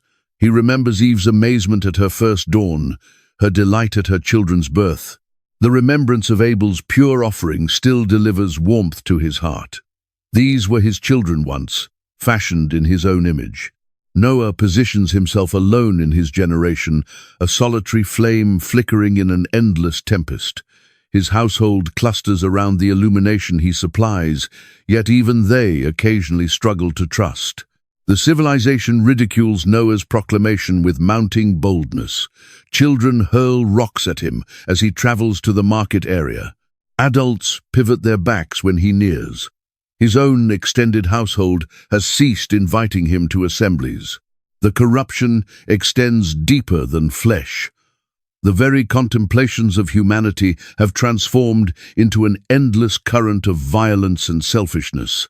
Where once people envisioned beauty and creation, now they plot devastation and theft. Where once they aimed to honor their creator, now they venerate the constructs of their own hands. Gold has transformed into their deity. Power has transformed into their supplication. Animals escape from human settlements in dread. The creatures that once existed in balance with mankind now conceal themselves in the remotest forests and uppermost peaks. Even the birds modify their migration routes to bypass the cities of men. Creation itself identifies the poison that humanity has become. Yet the most difficult truth penetrates deepest of all.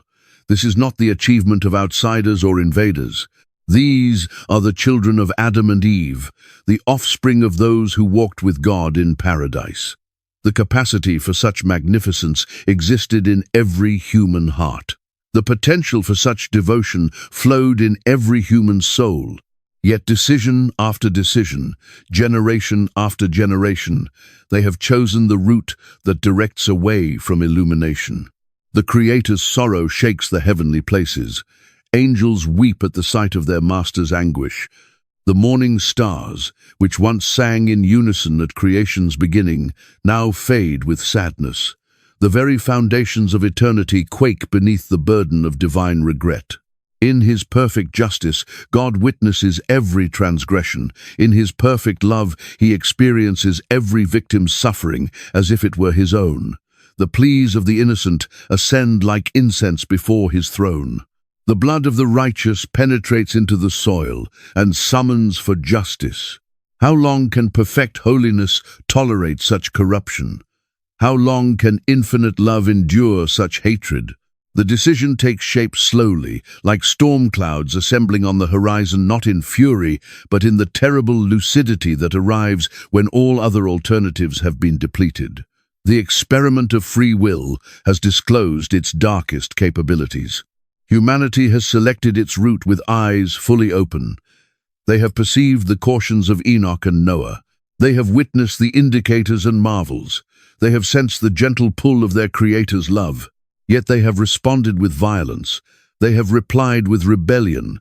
They have encountered divine patience with human pride. The season for cautions draws to closure. The period of compassion nears its conclusion. Shortly, very shortly, the rains will commence falling. Heaven's directions. Construct the ark. The voice arrives to Noah in the stillness preceding sunrise, not in earthquake or flame, but in the gentle murmur that he has learned to identify over many years of walking with God. This morning, however, the communication bears a gravity that makes his knees yield. The Creator discusses ending, of washing pure, of beginning afresh. Noah listens in silence as divine directions unfold like blueprints in his consciousness. 300 cubits in length, 50 cubits in breadth, 30 cubits in height, 3 levels, chambers throughout, a window, a door in the flank, gopher wood sealed with pitch internally and externally. Every detail materializes with crystal lucidity, as if the ark already exists in some heavenly dimension and requires only to be constructed on earth. The specifications appear impossible initially. The completed craft will exceed any construction ever attempted by human hands. It will demand more timber than entire woodlands possess. The toil will require years, perhaps decades. Noah computes the provisions needed and feels overwhelmed by the enormity of the assignment ahead. Yet, divine wisdom arrives with divine supply. God discloses the position of appropriate trees, concealed groves where gopher wood flourishes in abundance. He reveals to Noah springs of pure water for the construction procedure and deposits of natural pitch that will seal every connection. What appears impossible to human vision becomes merely challenging when observed through the lens of faith. The Ark's blueprint fulfills aims past simple survival. Its proportions guarantee stability in the harshest waters. Its three-level construction supplies optimal capacity for the cargo it must bear. The single window provides just adequate illumination without compromising structural soundness. Every measurement mirrors the flawless engineering of its divine architect. Noah commences collecting materials immediately. His sons, Shem, Ham, and Japheth, joined despite their lingering uncertainties regarding the project's necessity. They fell trees in the distant groves and haul massive logs across miles of rough landscape. Neighbors observe with amusement as the peculiar household stockpiles adequate wood to construct a modest settlement. Intelligence of the Ark circulates rapidly through local populations. People expedition from distant settlements to observe the bizarre construction venture. Some arrive to ridicule, others to fulfill curiosity. A few materialize, hoping to gain by selling implements and provisions to the eccentric prophet. None accept his cautions earnestly. The labor advances slowly yet steadily. Noah and his household acquire carpentry abilities through experimentation and error. Their hands develop blisters and their backs ache as they shape each beam and plank. The Ark assumes form timber by timber, connection by connection, season by season. What commences as scattered piles of wood gradually transforms into a massive hull ascending from the earth. Local artisans occasionally provide assistance, though more from professional interest than genuine belief.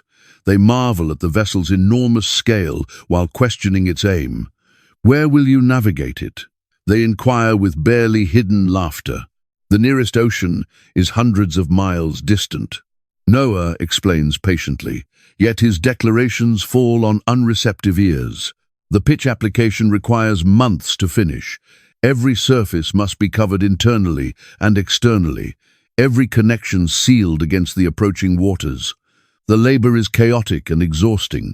Yet Noah recognizes that a single leak could doom his household and the precious cargo they will transport. He examines every portion multiple occasions, applying supplementary layers wherever required. As the Ark approaches completion, its authentic scale becomes undeniable. The finished craft extends longer than a line of 50 homes. Its height exceeds the tallest structures in nearby settlements. The massive hull casts shadows that travel across the landscape like sundials, marking time's passage. Divine directions extend past mere construction.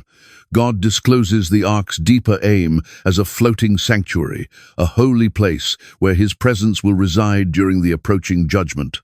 The arrangement of chambers follows sacred configurations. The positioning of the door reflects ancient emblems of salvation. Every element fulfills both practical and spiritual functions. The completed Ark stands as a sermon fashioned of wood and pitch. Its very existence declares the approaching flood more powerfully than any articulated caution. Those who witness it cannot claim ignorance of God's plans. The massive craft rises from the earth like a prophecy in 3 dimensions, impossible to disregard or dismiss. Yet most who encounter the Ark simply shake their heads and depart. They return to their routines and pleasures, their violence and corruption. The great vessel becomes part of their landscape, as familiar and overlooked as the hills and trees surrounding it. They adapt to its presence without accepting its communication. Noah stands before his completed achievement with mixed sentiments. Pride in faithful obedience mingles with sadness at humanity's stubborn blindness. The Ark embodies years of back-breaking toil, but also the nearing conclusion of the world as he has known it. Shortly, this wooden craft will become the boundary between existence and death for every creature on earth. The moment draws near. The animals will arrive shortly, drawn by instincts positioned within them by their Creator.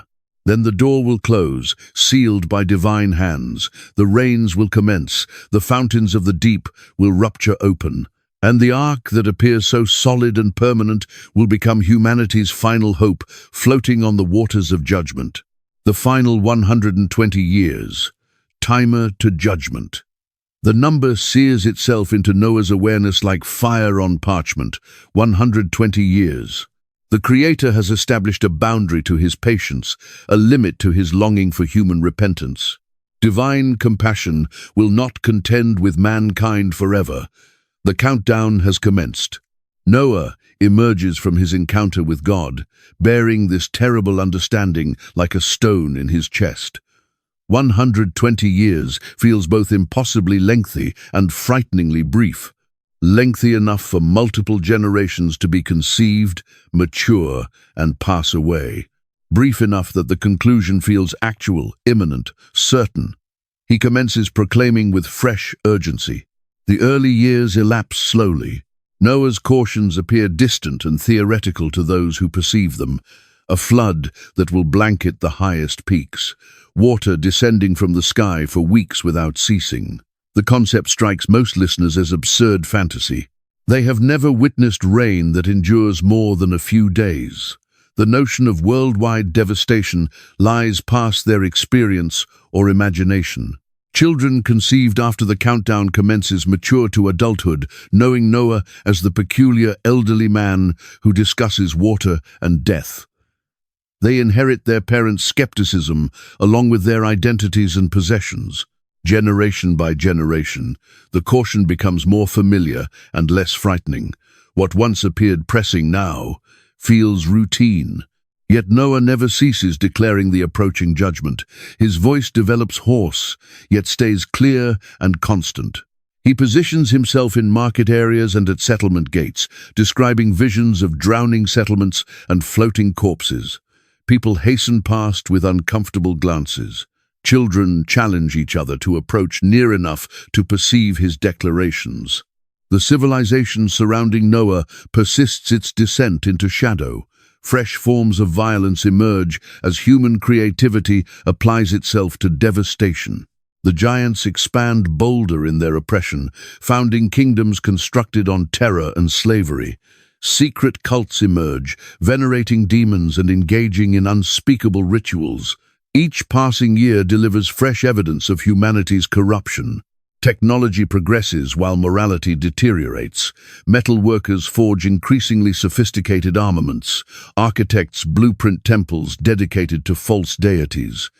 Musicians compose songs that celebrate brutality and ridicule divine authority. Human ingenuity serves every aim except the one for which it was granted. Noah's own extended household supplies a painful illustration of humanity's stubborn rebellion. Cousins and nephews, who once respected his sagacity, now shun his presence. Family assemblies become uncomfortable occasions, where his cautions create awkward silences. Some relatives commence openly questioning his sanity as the years elapse without visible indicators of the promised flood. The construction of the ark supplies a visible timeline for the countdown. Each year delivers measurable advancement on the massive craft. Neighbors observe its development with a blend of fascination and amusement. If Noah's actually been laboring on that thing for 20 years, they joke, maybe he'll complete it in another 100. Their laughter resonates across the construction location. Halfway through the countdown period, a fresh generation assumes leadership in the surrounding populations. These younger leaders have matured hearing Noah's cautions and find them even more ridiculous than their parents did. They implement policies designed to restrict his proclamation, asserting he disturbs public arrangement and frightens children. Noah continues speaking anyway. The world's population expands as the decades elapse. Settlements expand into sprawling metropolises filled with every form of human achievement and deterioration. Trade pathways connect distant civilizations, distributing both prosperity and corruption across continents. The earth groans beneath the burden of billions of people, most of whom have never perceived Noah's identity. Natural catastrophes occasionally remind people of their vulnerability. Earthquakes topple structures and reshape coastlines. Droughts parch vast regions, while flash floods devastate towns constructed too near to rivers. Yet these local catastrophes only strengthen most people's conviction that truly global devastation stays impossible. They rebuild in the identical locations and resume their old configurations. Noah ages visibly beneath the burden of his understanding and calling. His hair transforms white as mountain snow. His countenance develops deep lines, carved by decades of anguish over humanity's fate. Yet his physical strength stays extraordinary, sustained by divine intention and the enormous labor required to complete the ark. The final decades deliver a peculiar acceleration to human corruption. As if detecting the nearing conclusion, people abandon even the pretense of morality. Regulations become suggestions. Justice becomes a commodity sold to the highest bidder. The powerful prey upon the vulnerable without shame or consequence. Wickedness parades openly in the thoroughfares, while goodness conceals in shadowed corners. Religious observance among Seth's offspring dwindles to almost nothing. The few households who still remember their heritage practice their faith in secrecy, fearing persecution from the increasingly dominant culture of violence and rebellion. The understanding of God that once transferred from father to son like precious inheritance now survives only in scattered homes. Noah's proclamation evolves during the final years.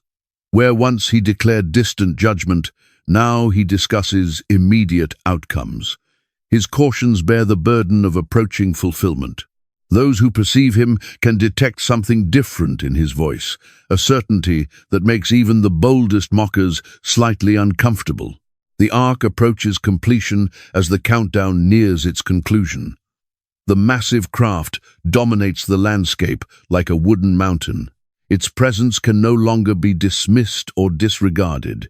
Even those who refuse to trust Noah's communication must acknowledge the reality of his preparation. Something approaches, even if they cannot imagine what it might be. Young people who barely remember a period before the ark's construction commence, asking their elders uncomfortable questions. Why would anyone construct such a thing unless they truly trust the flood was approaching? What if the crazy elderly preacher actually comprehends something they don't? Yet these uncertainties stay whispered exchanges, not public declarations. The final year materializes with ominous indicators. Weather configurations shift in manners that puzzle experienced farmers. Animals exhibit peculiar behaviors, assembling in unusual places and displaying agitation for no apparent reason. The natural world appears to detect approaching catastrophe even when human hearts stay hardened against the truth. Noah's final sermons bear the finality of closing portals. He describes the approaching flood not as a distant possibility, but as an immediate reality already established in motion in the heavenly places. His declarations no longer invite repentance, but pronounce inevitable judgment. The moment for turning back has elapsed. The countdown reaches its conclusion. The rains will shortly commence. The assembly, animals, provisions, and scorn. The first animals materialize on an ordinary Tuesday morning, appearing at Noah's property like uninvited guests who somehow comprehend exactly where they belong. A pair of wolves emerges from the eastern woodland, neither hunting nor escaping, simply walking with intention toward the massive ark. Noah observes in amazement as the predators disregard nearby livestock, their focus centered entirely on the wooden craft that will shortly become their sanctuary. Intelligence circulates rapidly through neighboring settlements. People abandon their morning routines to observe the peculiar procession of creatures converging on Noah's land. Households pack midday meals and bring their children to observe the spectacle. What commences as curious observations shortly transforms into carnival-like entertainment.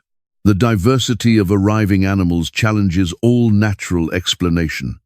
Desert creatures materialize alongside forest inhabitants. Mountain goats descend from high elevations, while fish swim up rivers they have never navigated previously. Birds fly in formation toward the ark from directions where no such species has ever been observed. Each animal advances with supernatural certainty toward its appointed destination. Noah and his household labor frantically to accommodate their unexpected guests.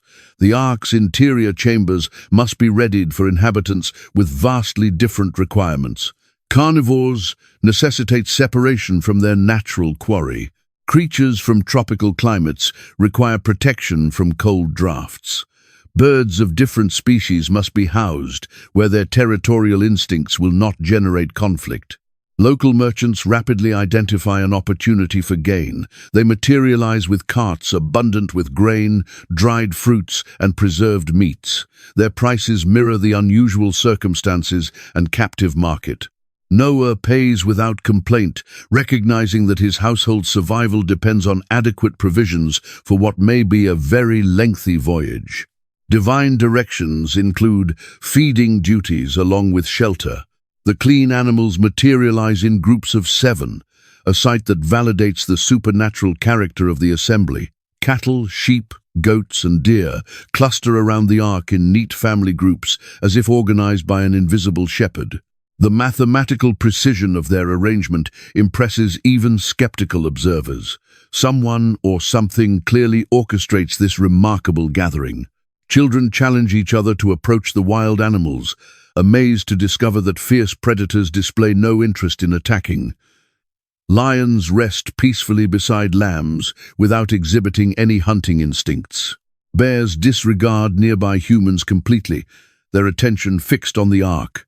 Venomous serpents slither past barefoot toddlers without striking. The natural arrangement appears suspended. Adult spectators propose increasingly creative explanations for the phenomenon. Some suggest that Noah has trained the animals, employing secret techniques learned from ancient texts. Others propose that the beasts are actually elaborate constructions fashioned by skilled craftsmen. A few whisper regarding witchcraft or demonic influence. None earnestly consider the possibility of divine intervention. The logistics of animal care rapidly overwhelm Noah's small household. They construct temporary enclosures and shelters surrounding the ark to house creatures awaiting their turn to board. Fresh water must be constantly provided. Different types of food must be collected for animals with specialized diets. Waste removal becomes a full-time occupation, requiring careful planning and back-breaking labor. As days elapse, the animal assembly expands past anything observers thought achievable. Species they have never witnessed before materialize as if summoned from the ends of the earth. Exotic birds with brilliant plumage perch alongside common sparrows. Massive elephants lumber toward the ark, while tiny insects swarm in organized clouds above them. The sheer magnitude of the assembly commences to trouble even the most determined skeptics. Rough calculations suggest thousands upon thousands of creatures converging on Noah's property. The logistics of housing and feeding such quantities staggers the imagination. How can one wooden craft, however large, accommodate such diversity and quantity of life? Noah advances through the chaos with calm intention, as if following a detailed plan invisible to others. He directs the construction of additional feeding stations and water troughs. He arranges the boarding procedures in ways that reduce tension and disagreement between various species. His sons labor beside him, their initial skepticism slowly giving way to wonder at the sheer scale of everything unfolding before their eyes. The ridicule from onlookers grows increasingly harsh as proof of supernatural involvement becomes impossible to deny. Those unable to rationalize the assembly through natural explanations choose instead to assault Noah's integrity. They circulate stories questioning his mental stability and challenging his true intentions. Some propose that he intends to profit from selling these creatures once the public grows weary of watching. Religious authorities from surrounding areas come to examine the disturbance. They inspect the animals with great care, searching for any signs of trickery or fraudulent manipulation. When they discover nothing suspicious, they pronounce the gathering to be evidence of divine disapproval toward Noah's arrogant declarations. God would never actually annihilate the world, they maintain. This spectacle simply illustrates what happens when people make false predictions. The loading process commences as interior preparations within the ark approach completion. Noah leads pairs and clusters of animals up the enormous ramp he has built. The creatures board voluntarily, almost enthusiastically, as though the wooden structure represents protection rather than captivity. Every species locates its assigned space without disorder or friction. Spectators observe the boarding with conflicting feelings. The display offers unlimited fascination, yet something about the methodical procession challenges their comfortable understanding of how the world works. If Noah can somehow call forth animals from every corner of the earth, which other seemingly impossible assertions might actually be accurate, this realization creates an uneasy mixture of entertainment and apprehension. The remaining groups of animals appear as the ark reaches near capacity. These final arrivals frequently include the most unusual and enigmatic creatures, species that exist only in faraway myths or explorers' accounts. Their appearance confirms that this gathering reaches well beyond regional wildlife to include all living things on Earth. As the final creatures enter the ark, an unusual quietness descends over the gathering space. The festive mood vanishes as observers comprehend they are watching something without precedent in all of human memory. The enormous vessel now contains representatives from every form of life, ranging from the most massive mammals down to the tiniest insects. The assembly stands complete. Noah positions himself at the ark's entrance, gazing out toward the crowd of witnesses who have observed his work with such amusement. His weathered features display deep sorrow instead of victory. These individuals, his community members and family relations, will shortly encounter the reckoning they have ridiculed for countless years. The animals have found safety. Humanity's destiny remains within its own grasp. The final week, sealed by God. 7 days lay before Noah, like an infinite passage between two different realities. The animals have located their positions inside the ark's thoughtfully designed interior. Food and supplies occupy every bit of available storage space. His family prepares to embark on the most unusual journey in all of human experience. Still, the anticipated flood exists only as a prediction, concealed beyond what eyes and faith can perceive. The gigantic door remains wide open, like a greeting awaiting ultimate visitors. Noah surveys the assembled crowd with eyes that have witnessed too much heartbreak. Neighbors who ridiculed his efforts for generations now push nearer to the ark, their inquisitiveness shifting into something resembling worry. The presence of every animal species on Earth raises questions that comfortable disbelief can no longer dismiss. Divine commands resonate in Noah's thoughts with perfect clarity. 7 days of anticipation. 7 days of ultimate chance, 7 days for humanity to observe the finished ark and determine their reaction. The Creator's forbearance reaches even into these closing moments, providing rescue to anyone prepared to walk through the open entrance. The first day unfolds in peculiar silence. Animals settle into their fresh accommodations with otherworldly tranquility. Traditional adversaries rest calmly in neighboring enclosures. Hunters disregard accessible prey with the same indifference they might display toward stones or timber. The usual rhythms of existence appear frozen within the ark's wooden barriers. Community leaders come to survey the extraordinary vessel. They walk through the 3 levels with increasing astonishment at the meticulous arrangement of areas and provisions.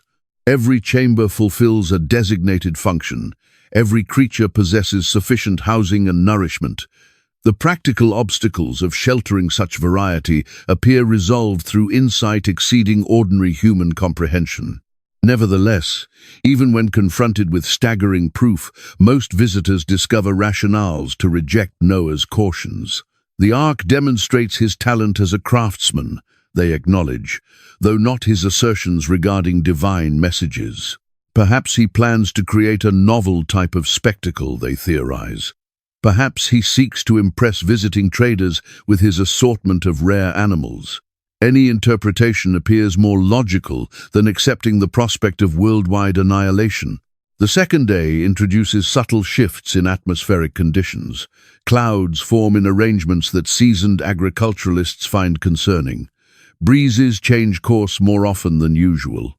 The atmosphere holds an electric charge that makes animals nervous and people uneasy. Nature itself appears to suspend its breath in expectation. Noah dedicates these days to continuous prayer and readiness. He examines the placement of provisions one last time. He verifies the security of animal pens. He confirms that water vessels stay full and food reserves stay reachable. Every particular holds importance when continuation depends on thorough planning and divine safeguarding. His family progresses through their final readiness with deepening seriousness. The truth of their circumstances becomes undeniable as the ark's door stays the sole link to the external world. Soon, that opening will shut permanently, dividing them from everyone they have ever encountered. The responsibility of being selected for survival delivers both thankfulness and mourning. The third day delivers increasingly troubling indicators. Minor earthquakes rattle the terrain surrounding the ark. Springs that have run steadily for ages start to foam and surge with abnormal intensity. Deep underground, the fountains of the great deep stir like dormant giants readying to awaken. Crowds keep assembling around the ark throughout the week. Some arrive searching for responses to questions they struggle to articulate. Others show up hoping to observe the instant when Noah's forecasts prove incorrect. A handful bring supplies and implements, as though pondering last-minute appeals to participate in the peculiar voyage, yet none complete the final step across the boundary. The fourth day continues with mounting pressure. Weather configurations become impossible to disregard. Clouds accumulate on all horizons like forces readying for conflict. The atmospheric weight makes inhaling laborious. Animals across the territory display conduct that contradicts all standard tendencies. Even household animals appear disturbed and anxious. Noah presents his closing messages during these remaining days. His statements possess the credibility of satisfied prophecy and nearing validation. The ark rises behind him like a three-dimensional message, confirmation that divine alerts convert into tangible existence. Yet, his teachings emphasize less on condemnation than on welcome. The door stays open. Deliverance stays achievable. The fifth day introduces the initial droplets of precipitation, slight at first, scarcely more than vapor, transported on bizarre winds. But those familiar with weather configurations recognize something unnatural in these preliminary drops. They tumble upward as frequently as down, challenging gravity itself. The customary divisions between earth and atmosphere start to blur. Throughout the week, Noah observes the expressions of those who visit the ark. He looks for indications of persuasion, suggestions of remorse, proof that divine alerts have reached hardened spirits. Occasionally, he detects fear or doubt in someone's gaze, but fear of outcomes differs from authentic transformation of spirit, and the door stays untested by sincere seekers. The sixth day comes with undeniable indicators of approaching disaster. The terrain shakes continuously now. Fresh springs materialize overnight, releasing water from depths nobody has ever investigated. The heavens adopt shades that possess no labels, changing between blues and greens and purples that exist nowhere in nature's standard spectrum. Noah's broader family makes closing visits during these final days. Relatives and nephews who have evaded him for years now pursue last discussions. They pose careful inquiries about the ark's assembly and intent. Some question regarding capacity for extra travelers. But when Noah clarifies the expectations of faith and remorse, they withdraw into comfortable disbelief. The seventh day arrives with supernatural motionlessness. No birds vocalize, no insects hum. Even the breeze suspends its movement as creation anticipates the following action in the cosmic sequence. The gathered masses speak in murmurs, as if raised voices might activate something better, left undisturbed. As dusk draws near, Noah positions himself in the ark's entrance for the final time. The recognizable terrain extends before him, occupied with individuals who have inhabited his world for ages. Tomorrow, this view will exist solely in recollection. These countenances will vanish beneath waters that have never experienced such depth or rage. The instant comes without ceremony or declaration. An unseen force starts shifting the enormous door. Noah senses rather than observes the divine presence that secures their destiny. The opening swings closed with purposeful finality, its noise reverberating through the ark's interior like the shutting of a grave or the beginning of a fresh world. Outside, the assembly observes in amazed quietness as the great door settles into location. No human hand directed its movement, no earthly apparatus governed its action. The barrier forms flawlessly, as though the timber itself merges together like fluid. The final link between the ark and the previous world vanishes permanently. Obscurity descends over the ark and its travelers. But this represents not the obscurity of evening. This represents the obscurity of conclusions and commencements, of reckoning and compassion, of death and revival, all combined together in the interval between one pulse and the subsequent. Tomorrow, the rains will commence. Tonight pertains to anticipation and supplication. The fountains rupture, the deluge commences, the earth fractures open with a noise like creation reversing. Deep below Noah's position, pressures that have accumulated for ages finally surpass the obstacles that have restrained them. The enormous fountains of the deep burst upward with force that rattles the bases of mountains. Water that has rested in obscurity since the world's formation erupts into sunlight with the intensity of released eternity. Noah senses the ark tremble as the terrain beneath it converts from firm earth to churning fluid. The massive craft lurches sideways, then corrects itself as buoyancy assumes control from gravity. What appeared impossibly massive yesterday now rises like a cork on the developing chaos. The shift from landcraft to ocean-going vessel occurs in instants that seem like extended periods. Above, the windows of heaven release with their own dreadful magnificence. Rain descends in barriers so dense they obscure the distinction between atmosphere and liquid. But this represents not the mild precipitation that feeds crops and replenishes streams. These are deluges that pound the earth like liquid mallets, each droplet bearing the mass of divine anger and the guarantee of purification. The noise dominates everything. Water collides against water in a perpetual composition of devastation. The earth moans under liquid mass it was never intended to support. Structures crumble with sounds resembling thunder. Trees fracture like twigs in the hold of currents that materialize from nowhere and stream toward everywhere. Inside the ark, Noah's family gathers together in the central chamber. The craft rocks and tosses as forces beyond imagination hurl it between competing currents.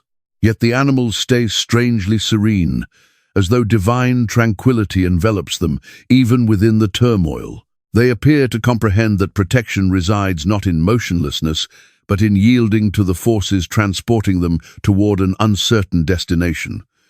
The first day delivers confusion and horror to the external world. People ascend hills and trees, pursuing higher terrain as water heights climb with impossible rapidity.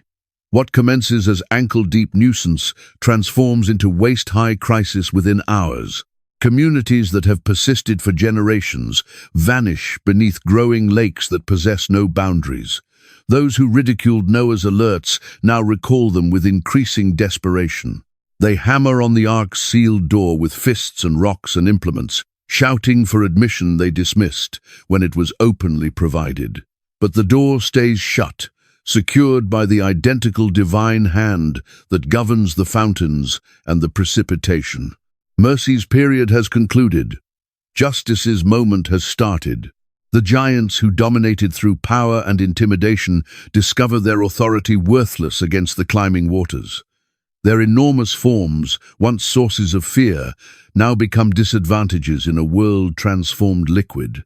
They traverse through flooded valleys like mobile islands, but even their substantial stature cannot supply lasting protection when the waters climb without restriction.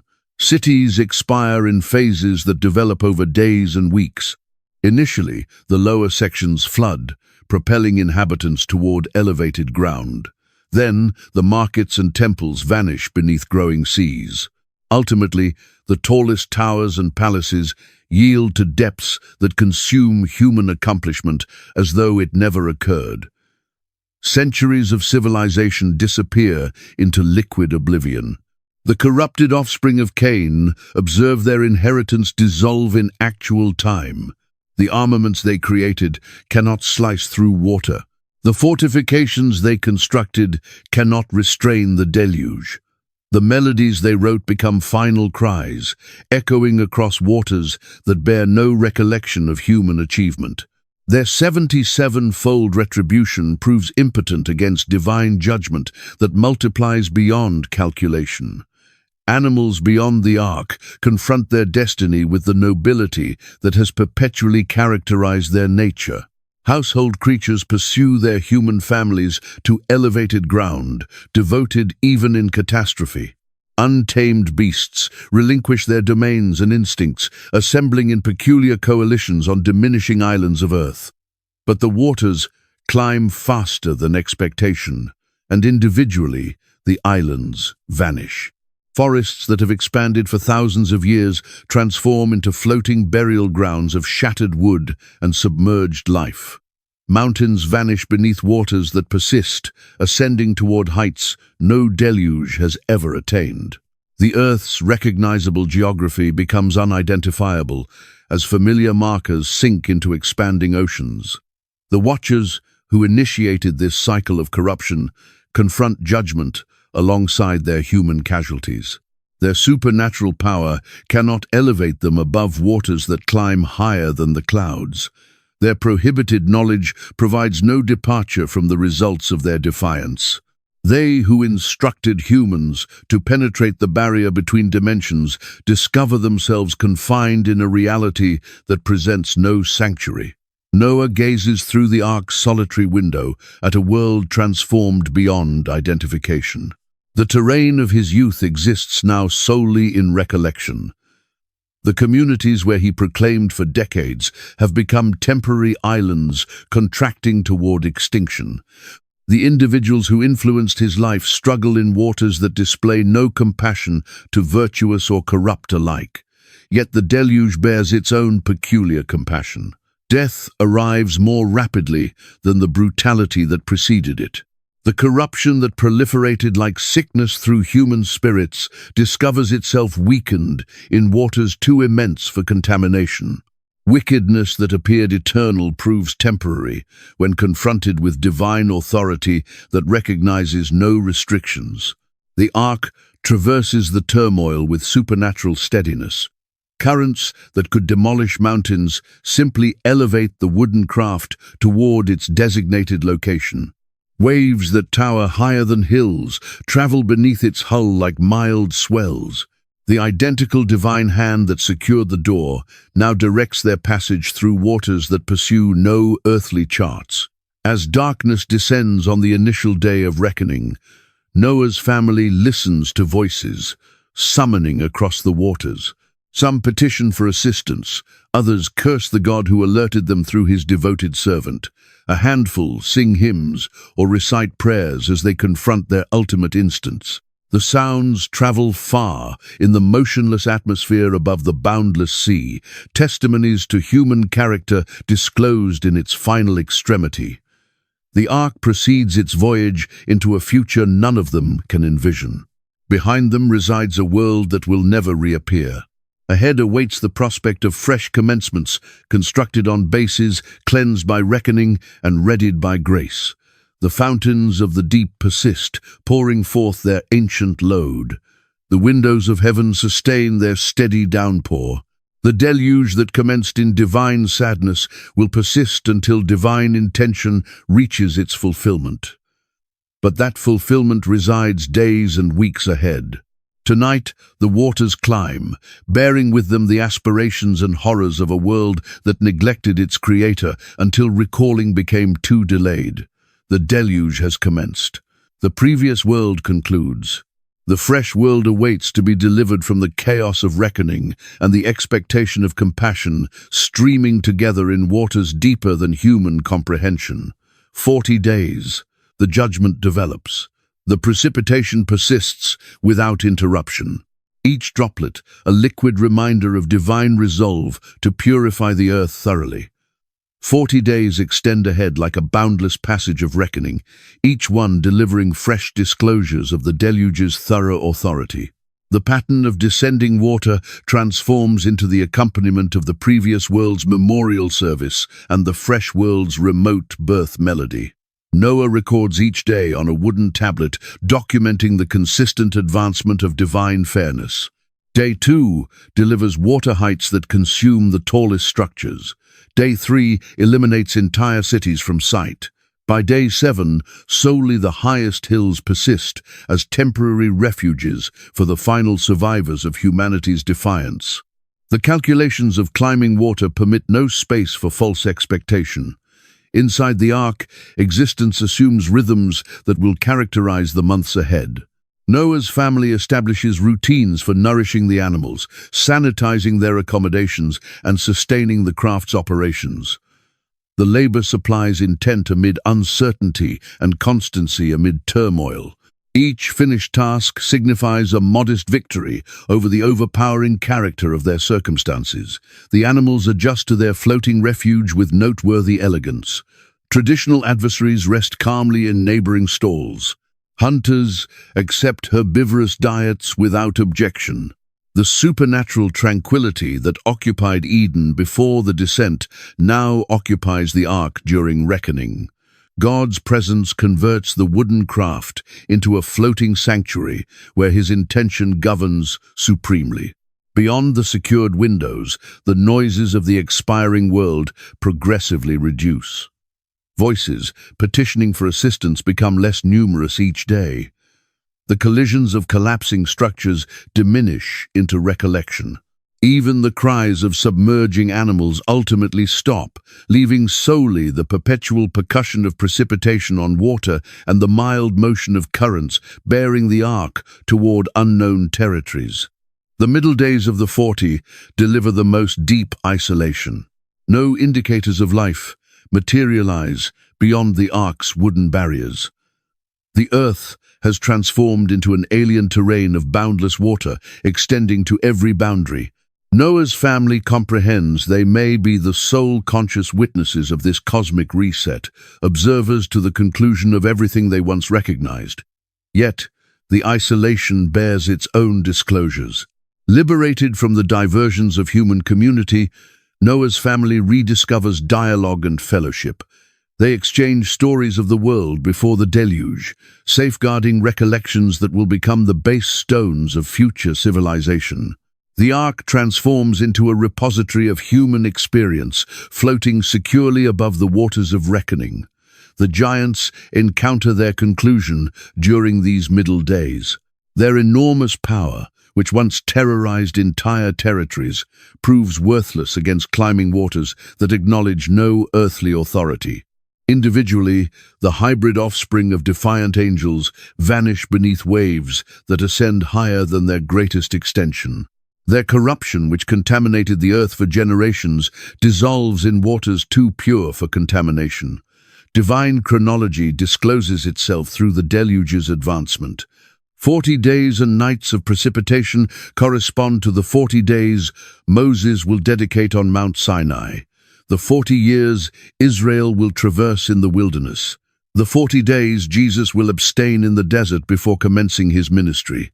God calculates his magnificent works in configurations that reverberate through eternity, each occurrence reflecting eternal verities in temporal situations. The water attains its highest heights as the 40th day draws near. Mountains that penetrated clouds for millennia now rest fathoms below the exterior. The highest summits of the earth rest beneath depths that would demolish any craft not safeguarded by divine preservation. Solely the ark travels securely above waters that have consumed every other trace of the world that existed. Noah ascends to the ark's highest level and gazes through the solitary window at a transformed creation. Where once varied terrains painted the earth in innumerable colors, now solely boundless blue extends to encounter the atmosphere. The recognizable geography of his lifetime exists solely in recollection and divine guarantee. This represents the world reconstructed, cleansed thoroughly, readied for the fresh beginning that will pursue reckoning's fulfillment. The animals detect the drawing near transformation before human minds can comprehend it. Their supernatural composure intensifies as the 40th day arrives. Birds that have not vocalized since entering the ark commence quiet melodies. Mammals that have stayed motionless initiate mild movements. Even the most unusual creatures display indications of expectation, as though they recognize their extended confinement draws near its midpoint. The concluding hours of precipitation bear their own importance. Each droplet descends with the mass of fulfilled intent. The purification that commenced 40 days ago attains its planned conclusion. Wickedness has been cleansed from the earth as comprehensively as soil from a stained garment. The corruption that appeared lasting proves temporary when confronted with divine resolve. As the 40th day concludes, the precipitation halts with the identical abruptness that characterized its commencement. The quietness that pursues feels deep after weeks of perpetual precipitation.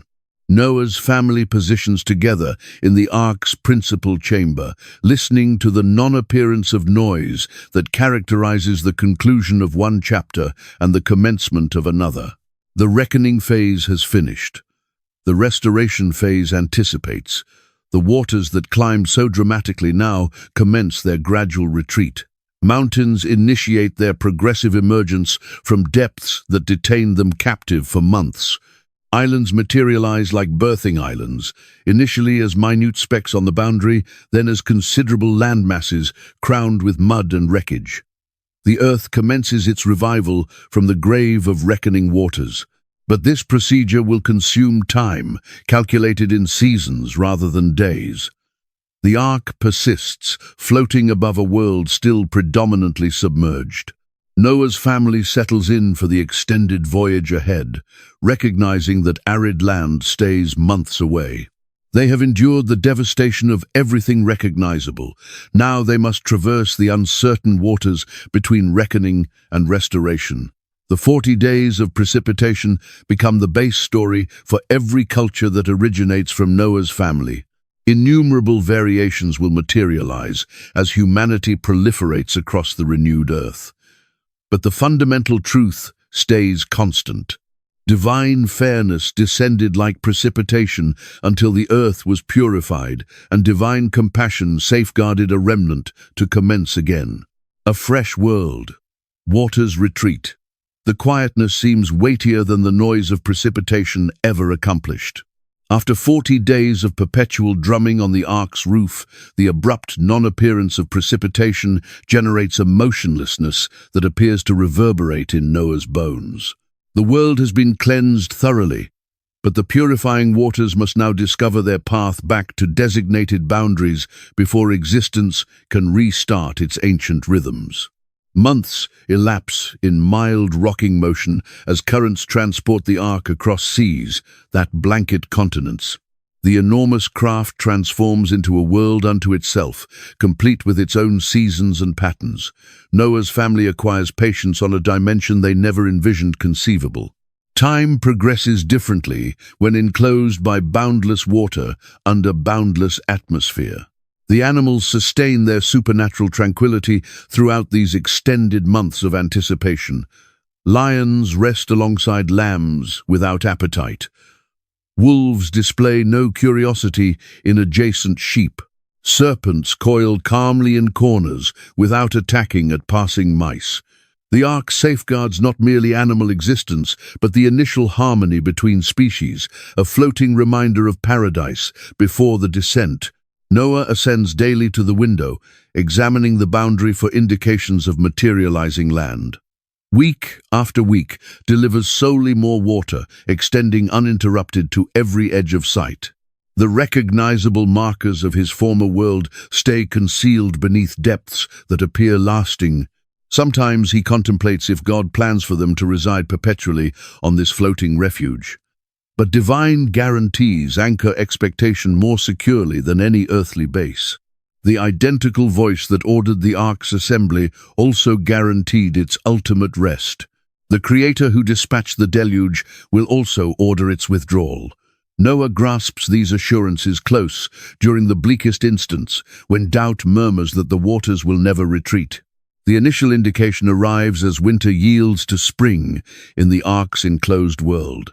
A subtle transformation in the craft's motion proposes changing currents below. The mild rocking that has characterized their existence for months yields to occasional jolts and bumps, as though the ark encounters obstacles that were not there previously. Concealed mountains commence asserting their presence beneath the exterior. One morning, Noah awakens to discover the ark resting at an inclination, its enormous hull settled against something firm for the initial time since the door was secured. The mountains of Ararat have captured their floating refuge like patient hands extending up from the depths. The extended voyage through boundless waters has attained its initial milestone. Yet, even grounded against mountain summits, the ark stays enclosed by water extending to every boundary. Solely the highest summits penetrate the exterior like islands in an infinite sea. The recognizable configuration of continents resides far below, anticipating for waters to withdraw to heights that will disclose their sleeping forms once more. The retreat occurs progressively, almost imperceptibly at first. Water heights that climbed so dramatically during the 40 days now descend with stately slowness, as though the earth itself must acquire to respire again after its extended submersion. Each day's transition delivers subtle transformations that accumulate into visible transformation over weeks and months. Noah's family observes the gradual emergence of the world with the fascination of children observing their initial sunrise. Summits that commenced as minute islands progressively disclose shoulders and foothills. Valleys stay flooded, extended after ridgelines rupture the exterior. The fresh geography materializes piece by piece like a vast puzzle, assembling itself through divine patience. The animals detect the drawing near transformation in their blood and bones. Birds become agitated, their instincts stimulating toward migration rhythms that have anticipated months for expression. Mammals pace their enclosures with increasing energy. Even the most docile creatures display indications of expectation, as though they recognize their time of confinement attracts toward its conclusion. But Noah anticipates for divine authorization rather than trusting his own observations. The identical God who secured them into the ark must liberate them from it. Human insight might assess the time appropriate for departure, but divine insight perceives factors beyond mortal comprehension. Protection resides in obedience rather than presumption. The retreat accelerates as spring progresses towards summer. Hilltops that consumed weeks to materialize now disclose entire slopes in matter of days. River valleys commence draining like enormous bathtubs, exposing muddy bottoms that have not observed sunlight for over a year. The earth awakens from its watery slumber with increasing rapidity. Wildlife that endured in mountain refuges commences venturing down toward lower elevations as the waters withdraw. Insects materialize from concealed locations where they anticipated out the deluge.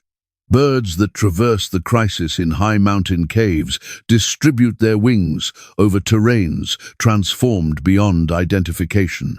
Existence proves more persistent and adaptable than the corruption that made reckoning necessary. Noah liberates a raven initially, observing the blackbird vanish into the immense atmosphere above boundless waters. The raven discovers its own path, adjusting to the flooded world with the adaptability of a scavenger. It does not reappear, having uncovered sufficient resources in the peculiar fresh terrain to endure independently. 7 days later, Noah dispatches out a dove, a creature more dependent on human civilization and particular environmental circumstances. The dove reappears that evening, having discovered no suitable location to rest its feet. The waters still blanket too much of the earth for creatures that necessitate specific habitats and food sources. Another week elapses before Noah liberates the dove again. This time, the bird reappears with an olive leaf in its beak, fresh proof that trees have commenced materializing from their watery grave. Somewhere beyond the boundary, vegetation has initiated the extended procedure of recovery. The earth recalls its intent and commences fulfilling it once more. The olive leaf transforms into a symbol that will reverberate through human history, an indication of tranquility between heaven and earth, proof that reckoning yields to compassion, confirmation that existence persists beyond devastation and discovers ways to flourish again in situations that appear impossible. The minute green leaf bears more expectation than all the treasures of the submerged world. 7 more days, and the dove travels away without reappearing. It has discovered suitable habitat in the materializing world, locations where existence can establish fresh rhythms and relationships. The bird's non-appearance signals that the time of anticipation nears its conclusion. The fresh world has advanced far enough to support the variety of existence safeguarded in the ark. Noah removes the ark's covering and gazes out upon a terrain both recognizable and thoroughly transformed. The fundamental structure of mountains and valleys persists, but everything else has been converted. Fresh rivers carve different courses through rearranged terrain. Forests that existed for millennia have disappeared, leaving spaces for fresh growth to claim. The earth has been redelivered through water and divine intent, yet still Noah anticipates. The identical patience that sustained him through decades of ark construction now preserves him from presumptuous haste. God will articulate when the time arrives for departure. Human eagerness must yield to divine chronology. The fresh world has materialized, but the previous world's final lesson involves trusting God thoroughly for direction into whatever arrives next. The covenant, rainbow, and sacrifice. The voice arrives with the mild credibility Noah recalls from their initial dialogue decades ago. The identical divine presence that ordered the ark's assembly now provides authorization for departure. The period of confinement has concluded. The time for fresh commencements has come. Come out of the ark, you and your wife and your sons and their wives. Noah's hands tremble as he labors to unseal the door that has safeguarded them for over a year. The apparatus operates smoothly despite extended disuse, as though divine preservation extended even to hinges and fasteners. Sunlight streams through the broadening gap, bearing scents of earth and developing things that smell both recognizable and impossibly fresh. The animals comprehend before the door fully releases. Birds assemble near the entrance, their melodies generating a chorus of expectation. Larger creatures progress restlessly in their stalls, detecting the drawing near liberation. Even the most docile animals display indications of excitement, as though they recall instincts that have anticipated patiently for this instant of liberation. Noah treads onto arid ground for the initial time in months that seemed like years. The earth beneath his feet seems firm and eternal, though he recognizes now how rapidly firm things can transform liquid under divine order. His family pursues, blinking in sunlight that appears brighter than they recall, respiring atmosphere that tastes like expectation and prospect. The animal exodus commences immediately.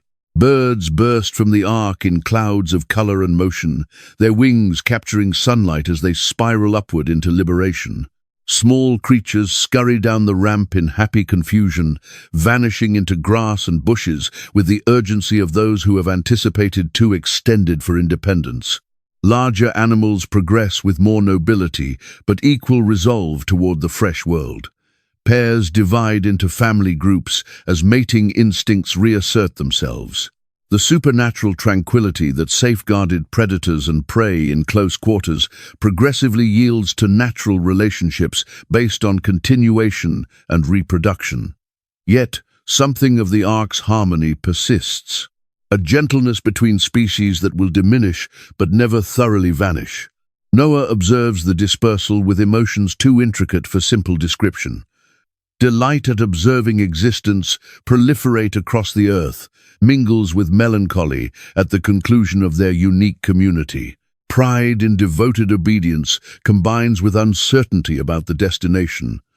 The ark has fulfilled its intent, but what intent will characterize the years ahead? The emptied craft behind them exists as a monument to divine devotion and human obedience. Its enormous hull, now settled permanently against the mountainside, will weather and age into a marker for future generations. Stories will develop around its remains, some accurate, others embellished, all pointing toward the truth of reckoning endured through grace. Noah's initial act in the fresh world discloses the spiritual base that will direct humanity's fresh beginning. He assembles stones and constructs an altar, generating sacred space before constructing shelter or planting crops. The practical necessities of continuation matter less than establishing proper relationship with the God who safeguarded them through the deluge. The sacrifice that pursues bears deeper meaning than any offering made before the reckoning. Clean animals and birds selected from the groups of 7 ascend in smoke that climbs straight into clear atmosphere. The aroma delights the Lord in ways that transcend physical senses, signifying thankfulness, worship, and commitment to walking in divine paths. God responds to Noah's sacrifice with a guarantee that will anchor human expectation for all generations to arrive. Never again will the earth confront devastation by deluge. The seasons will persist their ancient cycles. Seed time and harvest, cold and heat, summer and winter, day and night, will sustain their designated patterns as extended as the earth endures. The guarantee arrives with a visible indication that converts the physics of light into a message of expectation. The rainbow materializes as divine artwork painted across the atmosphere, its colors bridging earth and heaven in an arc of magnificence that captures the breath away. 7 distinct bands of light generate a spectrum that articulates of fulfillment, perfection, divine order restored. Noah's family positions in wonder before this initial rainbow, comprehending that they observe the birth of a fresh symbol that will comfort innumerable generations yet to be delivered. Every time storm clouds assemble and precipitation threatens, the appearance of colored light will remind humanity that reckoning has restrictions, that compassion triumphs over anger, that God preserves his guarantees through all the transformations of time. But the covenant involves reciprocity as well as divine commitment. God provides humanity expanded dominion over animal existence, permitting them to consume meat as well as vegetables. This transformation acknowledges the harsher realities of the post-deluge world while establishing humanity's responsibility for stewardship rather than exploitation. The commandment against taking life bears special importance in this fresh commencement. Human existence generated in God's image possesses unique value that must be safeguarded through both divine and human fairness. The brutality that corrupted the pre-deluge world must not be permitted to proliferate unchecked again. Fairness transforms into humanity's shared responsibility with their Creator. Noah receives these expanded responsibilities with the mass of comprehension earned through unique experience. He has observed what occurs when human corruption develops unchecked. He recognizes the dreadful results of brutality and defiance against divine order. The fresh world necessitates insight that can solely arrive from enduring the previous world's reckoning. The rainbow diminishes as clouds disperse and normal weather rhythms restart, but its appearance has established a principle that will outlive mountains and seas. Divine guarantees, once provided, stay perpetually reliable. God's word supplies the soul base stable enough for constructing civilization that honors both fairness and compassion. As dusk draws near, Noah's family assembles around a fire constructed from wood that developed in the world before the deluge. They exchange food from supplies safeguarded in the ark, but tomorrow they will commence planting seeds and establishing fresh rhythms of existence. The shift from continuation to development has commenced. The covenant reaches beyond Noah's immediate family to include all their offspring yet to be delivered. Every human being who will ever reside traces their lineage back to this instant. This guarantee, this rainbow indication of divine devotion. The fresh world commences not with human accomplishment, but with divine commitment to safeguard what he has selected to rescue. Yet, even as they celebrate deliverance and divine guarantee, Noah's family bears within their spirits the recognition that human character itself has not transformed. The identical capacity for good and wickedness that devastated the previous world still streams in their blood. The covenant supplies opportunity for better selections, not assurance that those selections will be made. The rainbow sets in the western atmosphere like a guarantee inscribed in light across the heavens.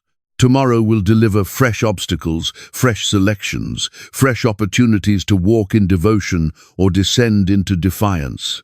But tonight pertains to thankfulness for grace received and expectation for grace yet to be provided. The fresh world has commenced with divine blessing. How it develops depends on human reaction to divine love. The legacy of the pre-deluge prophets. The stories reverberate through generations like ripples proliferating from stones dropped in motionless water. Each telling influences the recollections that will direct humanity's treads through the centuries ahead. Noah's offspring assemble around evening fires to hear again the accounts of those who walked with God before the world was cleansed thoroughly. These represent not merely stories of the past. They represent charts for the destination. Adam's voice murmurs through the generations, bearing alerts about the cost of disobedience and the pain of division from divine presence. His children's children acquire that paradise once existed on earth, and that human selections devastated what divine love had generated. The recollection of the garden transforms into both a wound and an expectation, reminding each fresh generation of what was lost and what might be regained. Enoch's legacy proves most enduring of all the pre-deluge prophets. His visions of arriving reckoning readied Noah for the deluge, but his deeper disclosures about divine fairness and compassion supply framework for comprehending God's paths with humanity. The books attributed to his label will influence religious thought for millennia, providing glimpses of cosmic verities that transcend any solitary generation's experience. The Watcher's defiance transforms into a cautionary account about the dangers of prohibited knowledge and illicit authority. Parents alert their children about pursuing insight through sources other than God himself. The corruption that commenced with angelic disobedience fulfills as a reminder that even the highest generated beings can descend when they reject their proper location in divine order.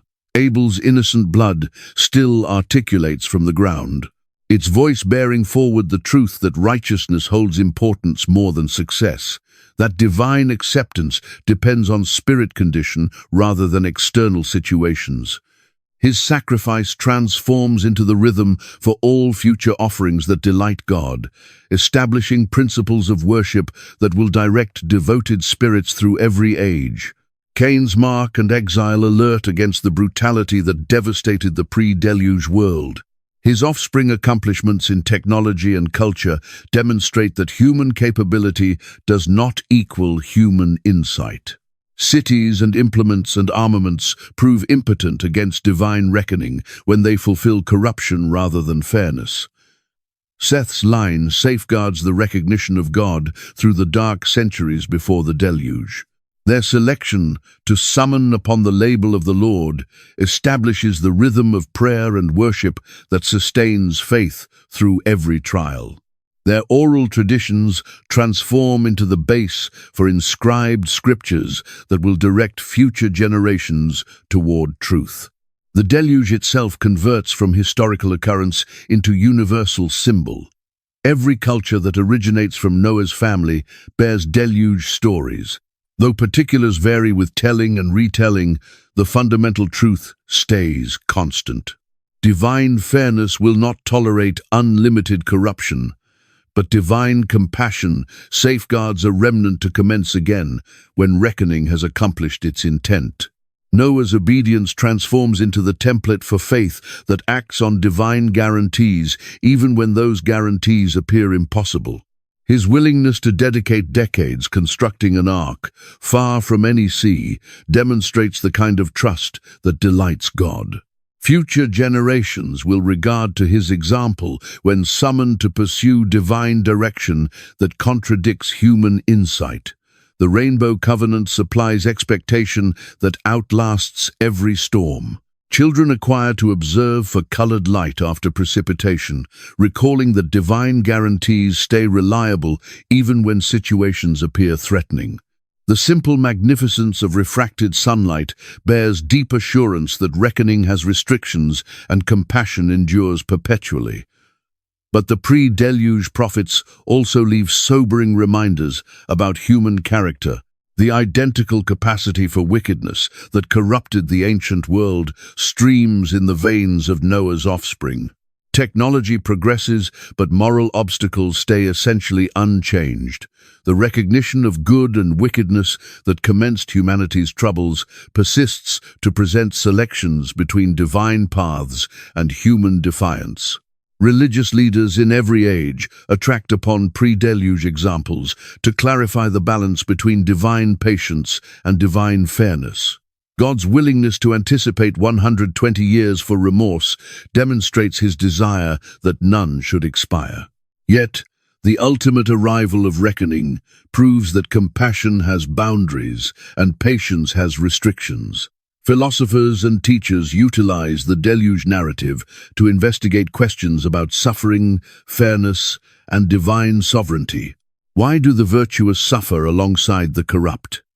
How can a loving God authorize such devastation?